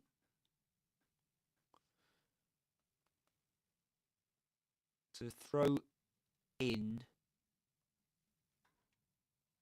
some gas or bomb. Yeah, very good. Let's continue. Air vent on the roof. Everybody goes to sleep. Everybody goes to sleep. This is an euphemism, right? They're knocking everyone out with gas. So, but not literally tucking them into bed with a bedtime story, right? So it's not like they're not going to sleep literally, but they're going to, faint. They're going to get knocked out with gas. No problem. We take our time. If we run into trouble, we move quickly and with force.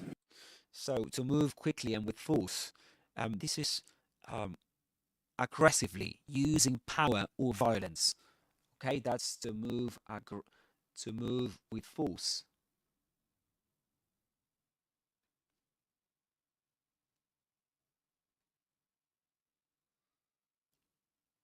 Yeah.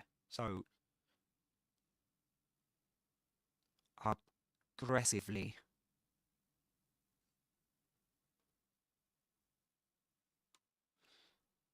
Using power or violence. Yeah, there we go. Perfect. Okay. Excellent. Very good. So guys, any questions so far?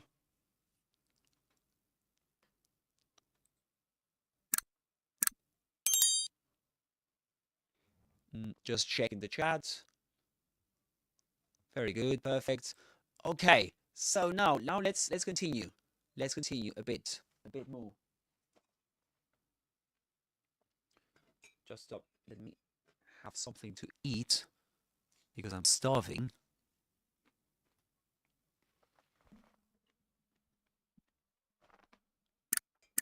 Yeah. And sorry guys, I need to show you something. Okay, yeah, because I was covering it with this blackboard with that screen. So let me show you everything I've been writing down, guys. So let's go over this. Number 1, to take a store, to rob a store. Number 2, elegant, clean and efficient. Number 3, make a buck. In the UK, this is to make some money, and in the UK, make a few quid. These are both slang terms, slang expressions. Number 4, you know the drill. You know how this goes. You know what to do, the procedure, right? Number 5, to get caught up in something, to be unintentionally involved in something. And an example, I got caught up in the drama at work. Number 6, pretty decent window or pretty decent window. This is a short opportunity of time, which is good enough, right?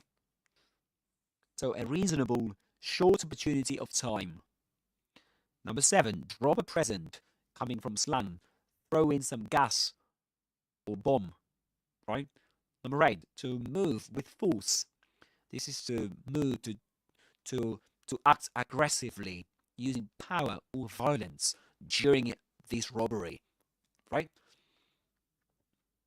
Perfect. Now, guys, let's continue.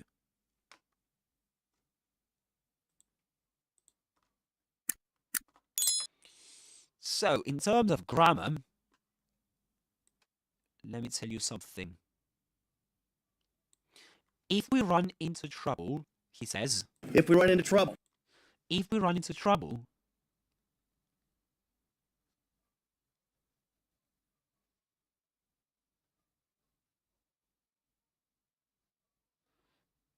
we move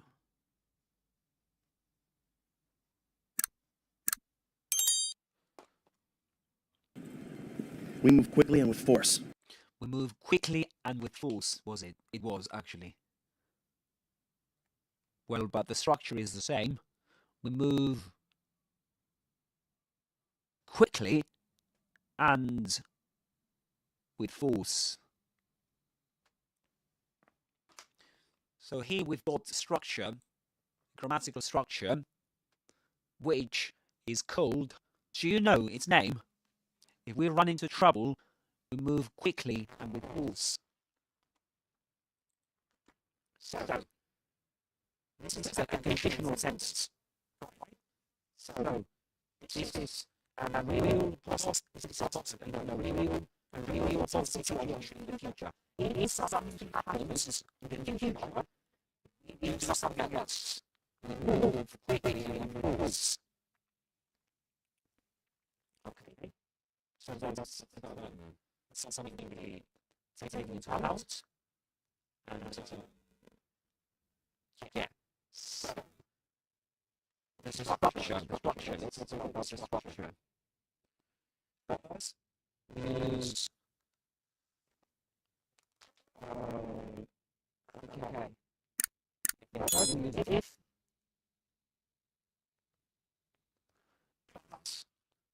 what subject and the this is simple.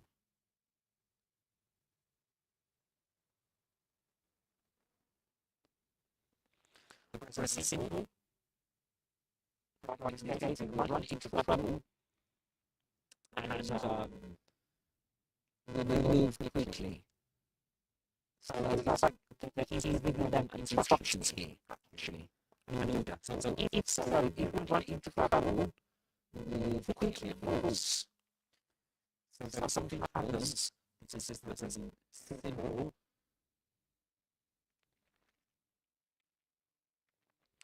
And in this case, was move quickly because it's again.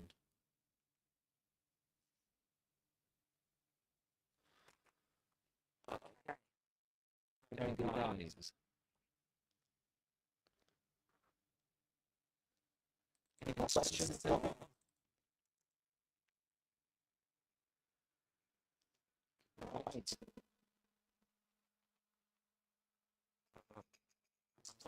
Guys, something. What about you guys? What are you doing right now? Are you reading something? Are you reading something? I think I should grab a cup of tea. I know. So what do you think about this game?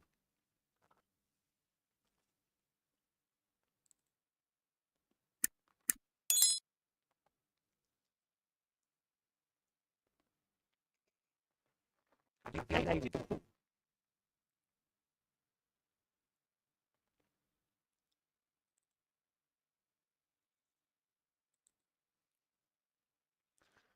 If you have, to me, I know. Okay, so let's continue.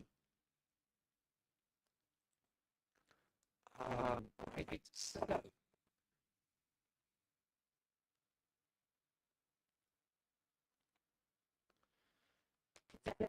talking about conditional sentences.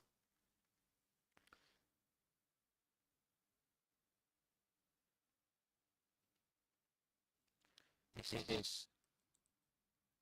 Pay attention to what's. These guys says.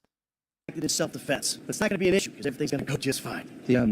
The alarm system is easy now. If I didn't need to be running things. I didn't need to be running things.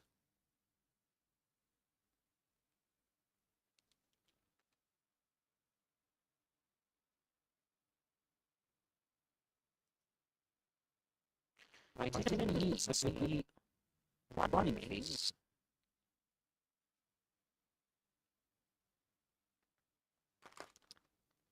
I could have it offline myself. I could have it offline myself.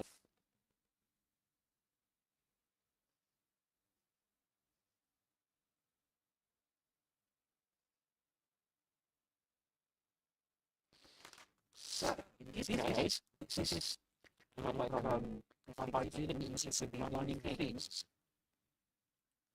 Yeah, actually, he does need to be running things. He needs to be running things. So this is hypothetical. It's not really real. It's just something that's just speculating about. Just saying, if I didn't need to be running things, I could have it offline myself. If I didn't need to be running things, I could have it offline myself. But it's interesting that these two hypothetical situations, do they refer to the past, the present, or the future, guys? If I didn't need to be running things, I could have it offline myself. What do you think? I didn't need to be running things, I could have it offline myself. So this is all hypothetical. Because he needs to be running things, and as that was the case, he couldn't have it offline himself. So it's like the second conditional.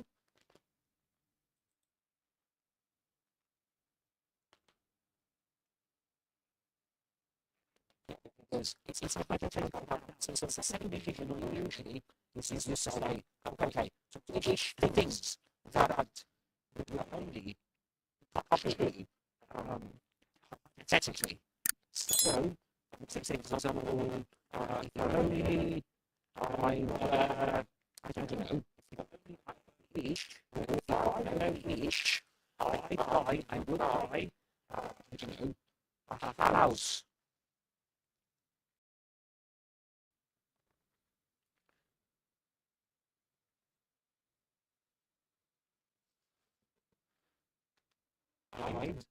This is I would.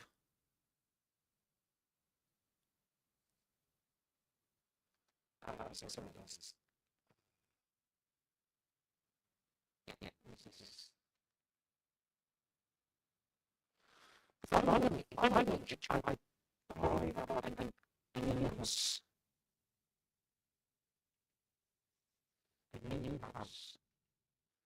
So what I'm trying to illustrate is that this is all it's also like this is hypothetical situations presented by these kinds of sentences. If I'm reached and not reached at the moment, I would buy a new house.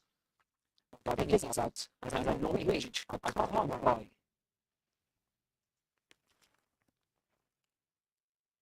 Yeah. So I was listening. I don't do analysis. Because that's what it is. I only in houses.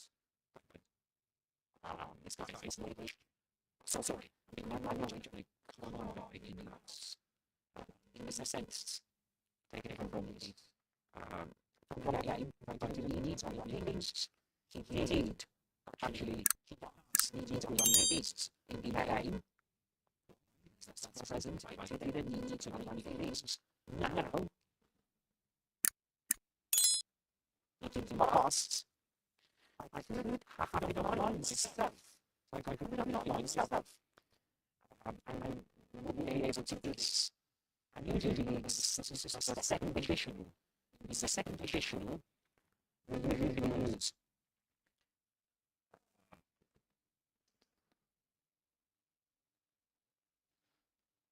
So if you're against something, the sentence is a negative, you use the auxiliary verb simple past, did. Recognized something like in the statement, we would say, if I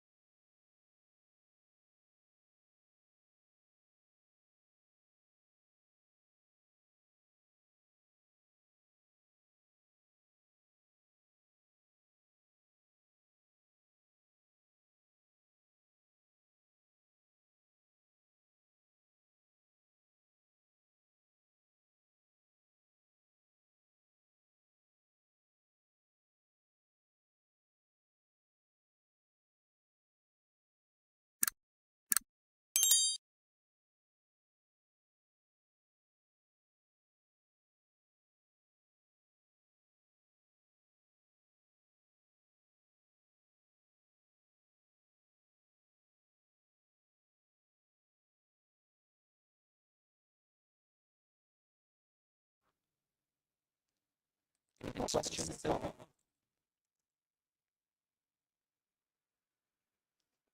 Right. Start off, guys. Something. How about you guys? What are you doing right now? Are you doing something? Are you doing something? I should grab a cup of tea. You know? So what do you think about this game?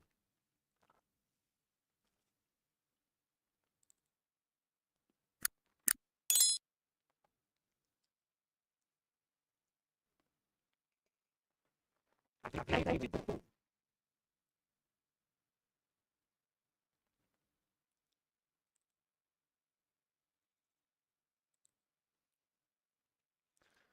If you have, do you know? Okay, so let's continue.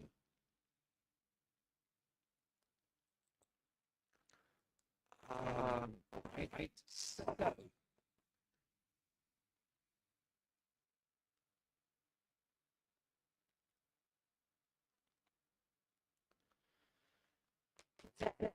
so so talking about conditional sentences.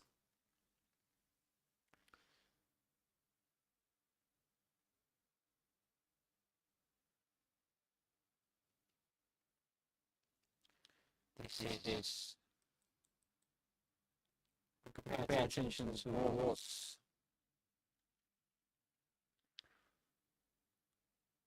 these guys says.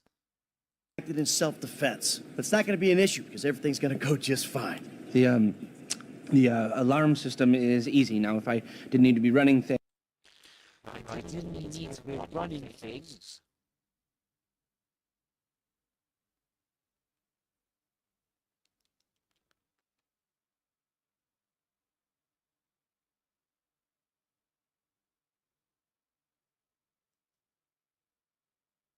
I didn't need to be running things.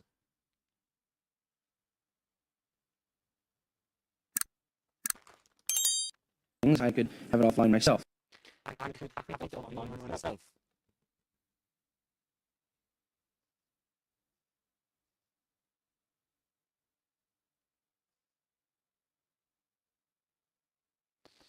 So, in this case, this is I didn't need to be running things. Yeah, actually, he does need to be running things. He need to be running things. So this is hypothetical. It's not real. It's something that's just speculating about. Saying, I didn't need to be running things. I could have it offline myself.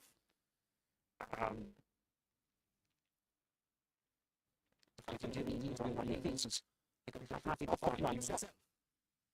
What's interesting that these two hypothetical situations do they refer to the past, the present, or the future classes?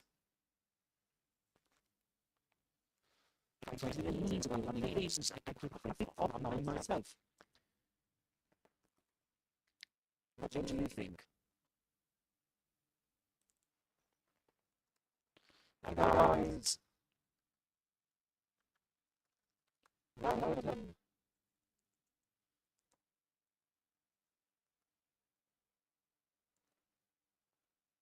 If you want to read it, what to do is not reading. I didn't need to write these, I could put it on myself. So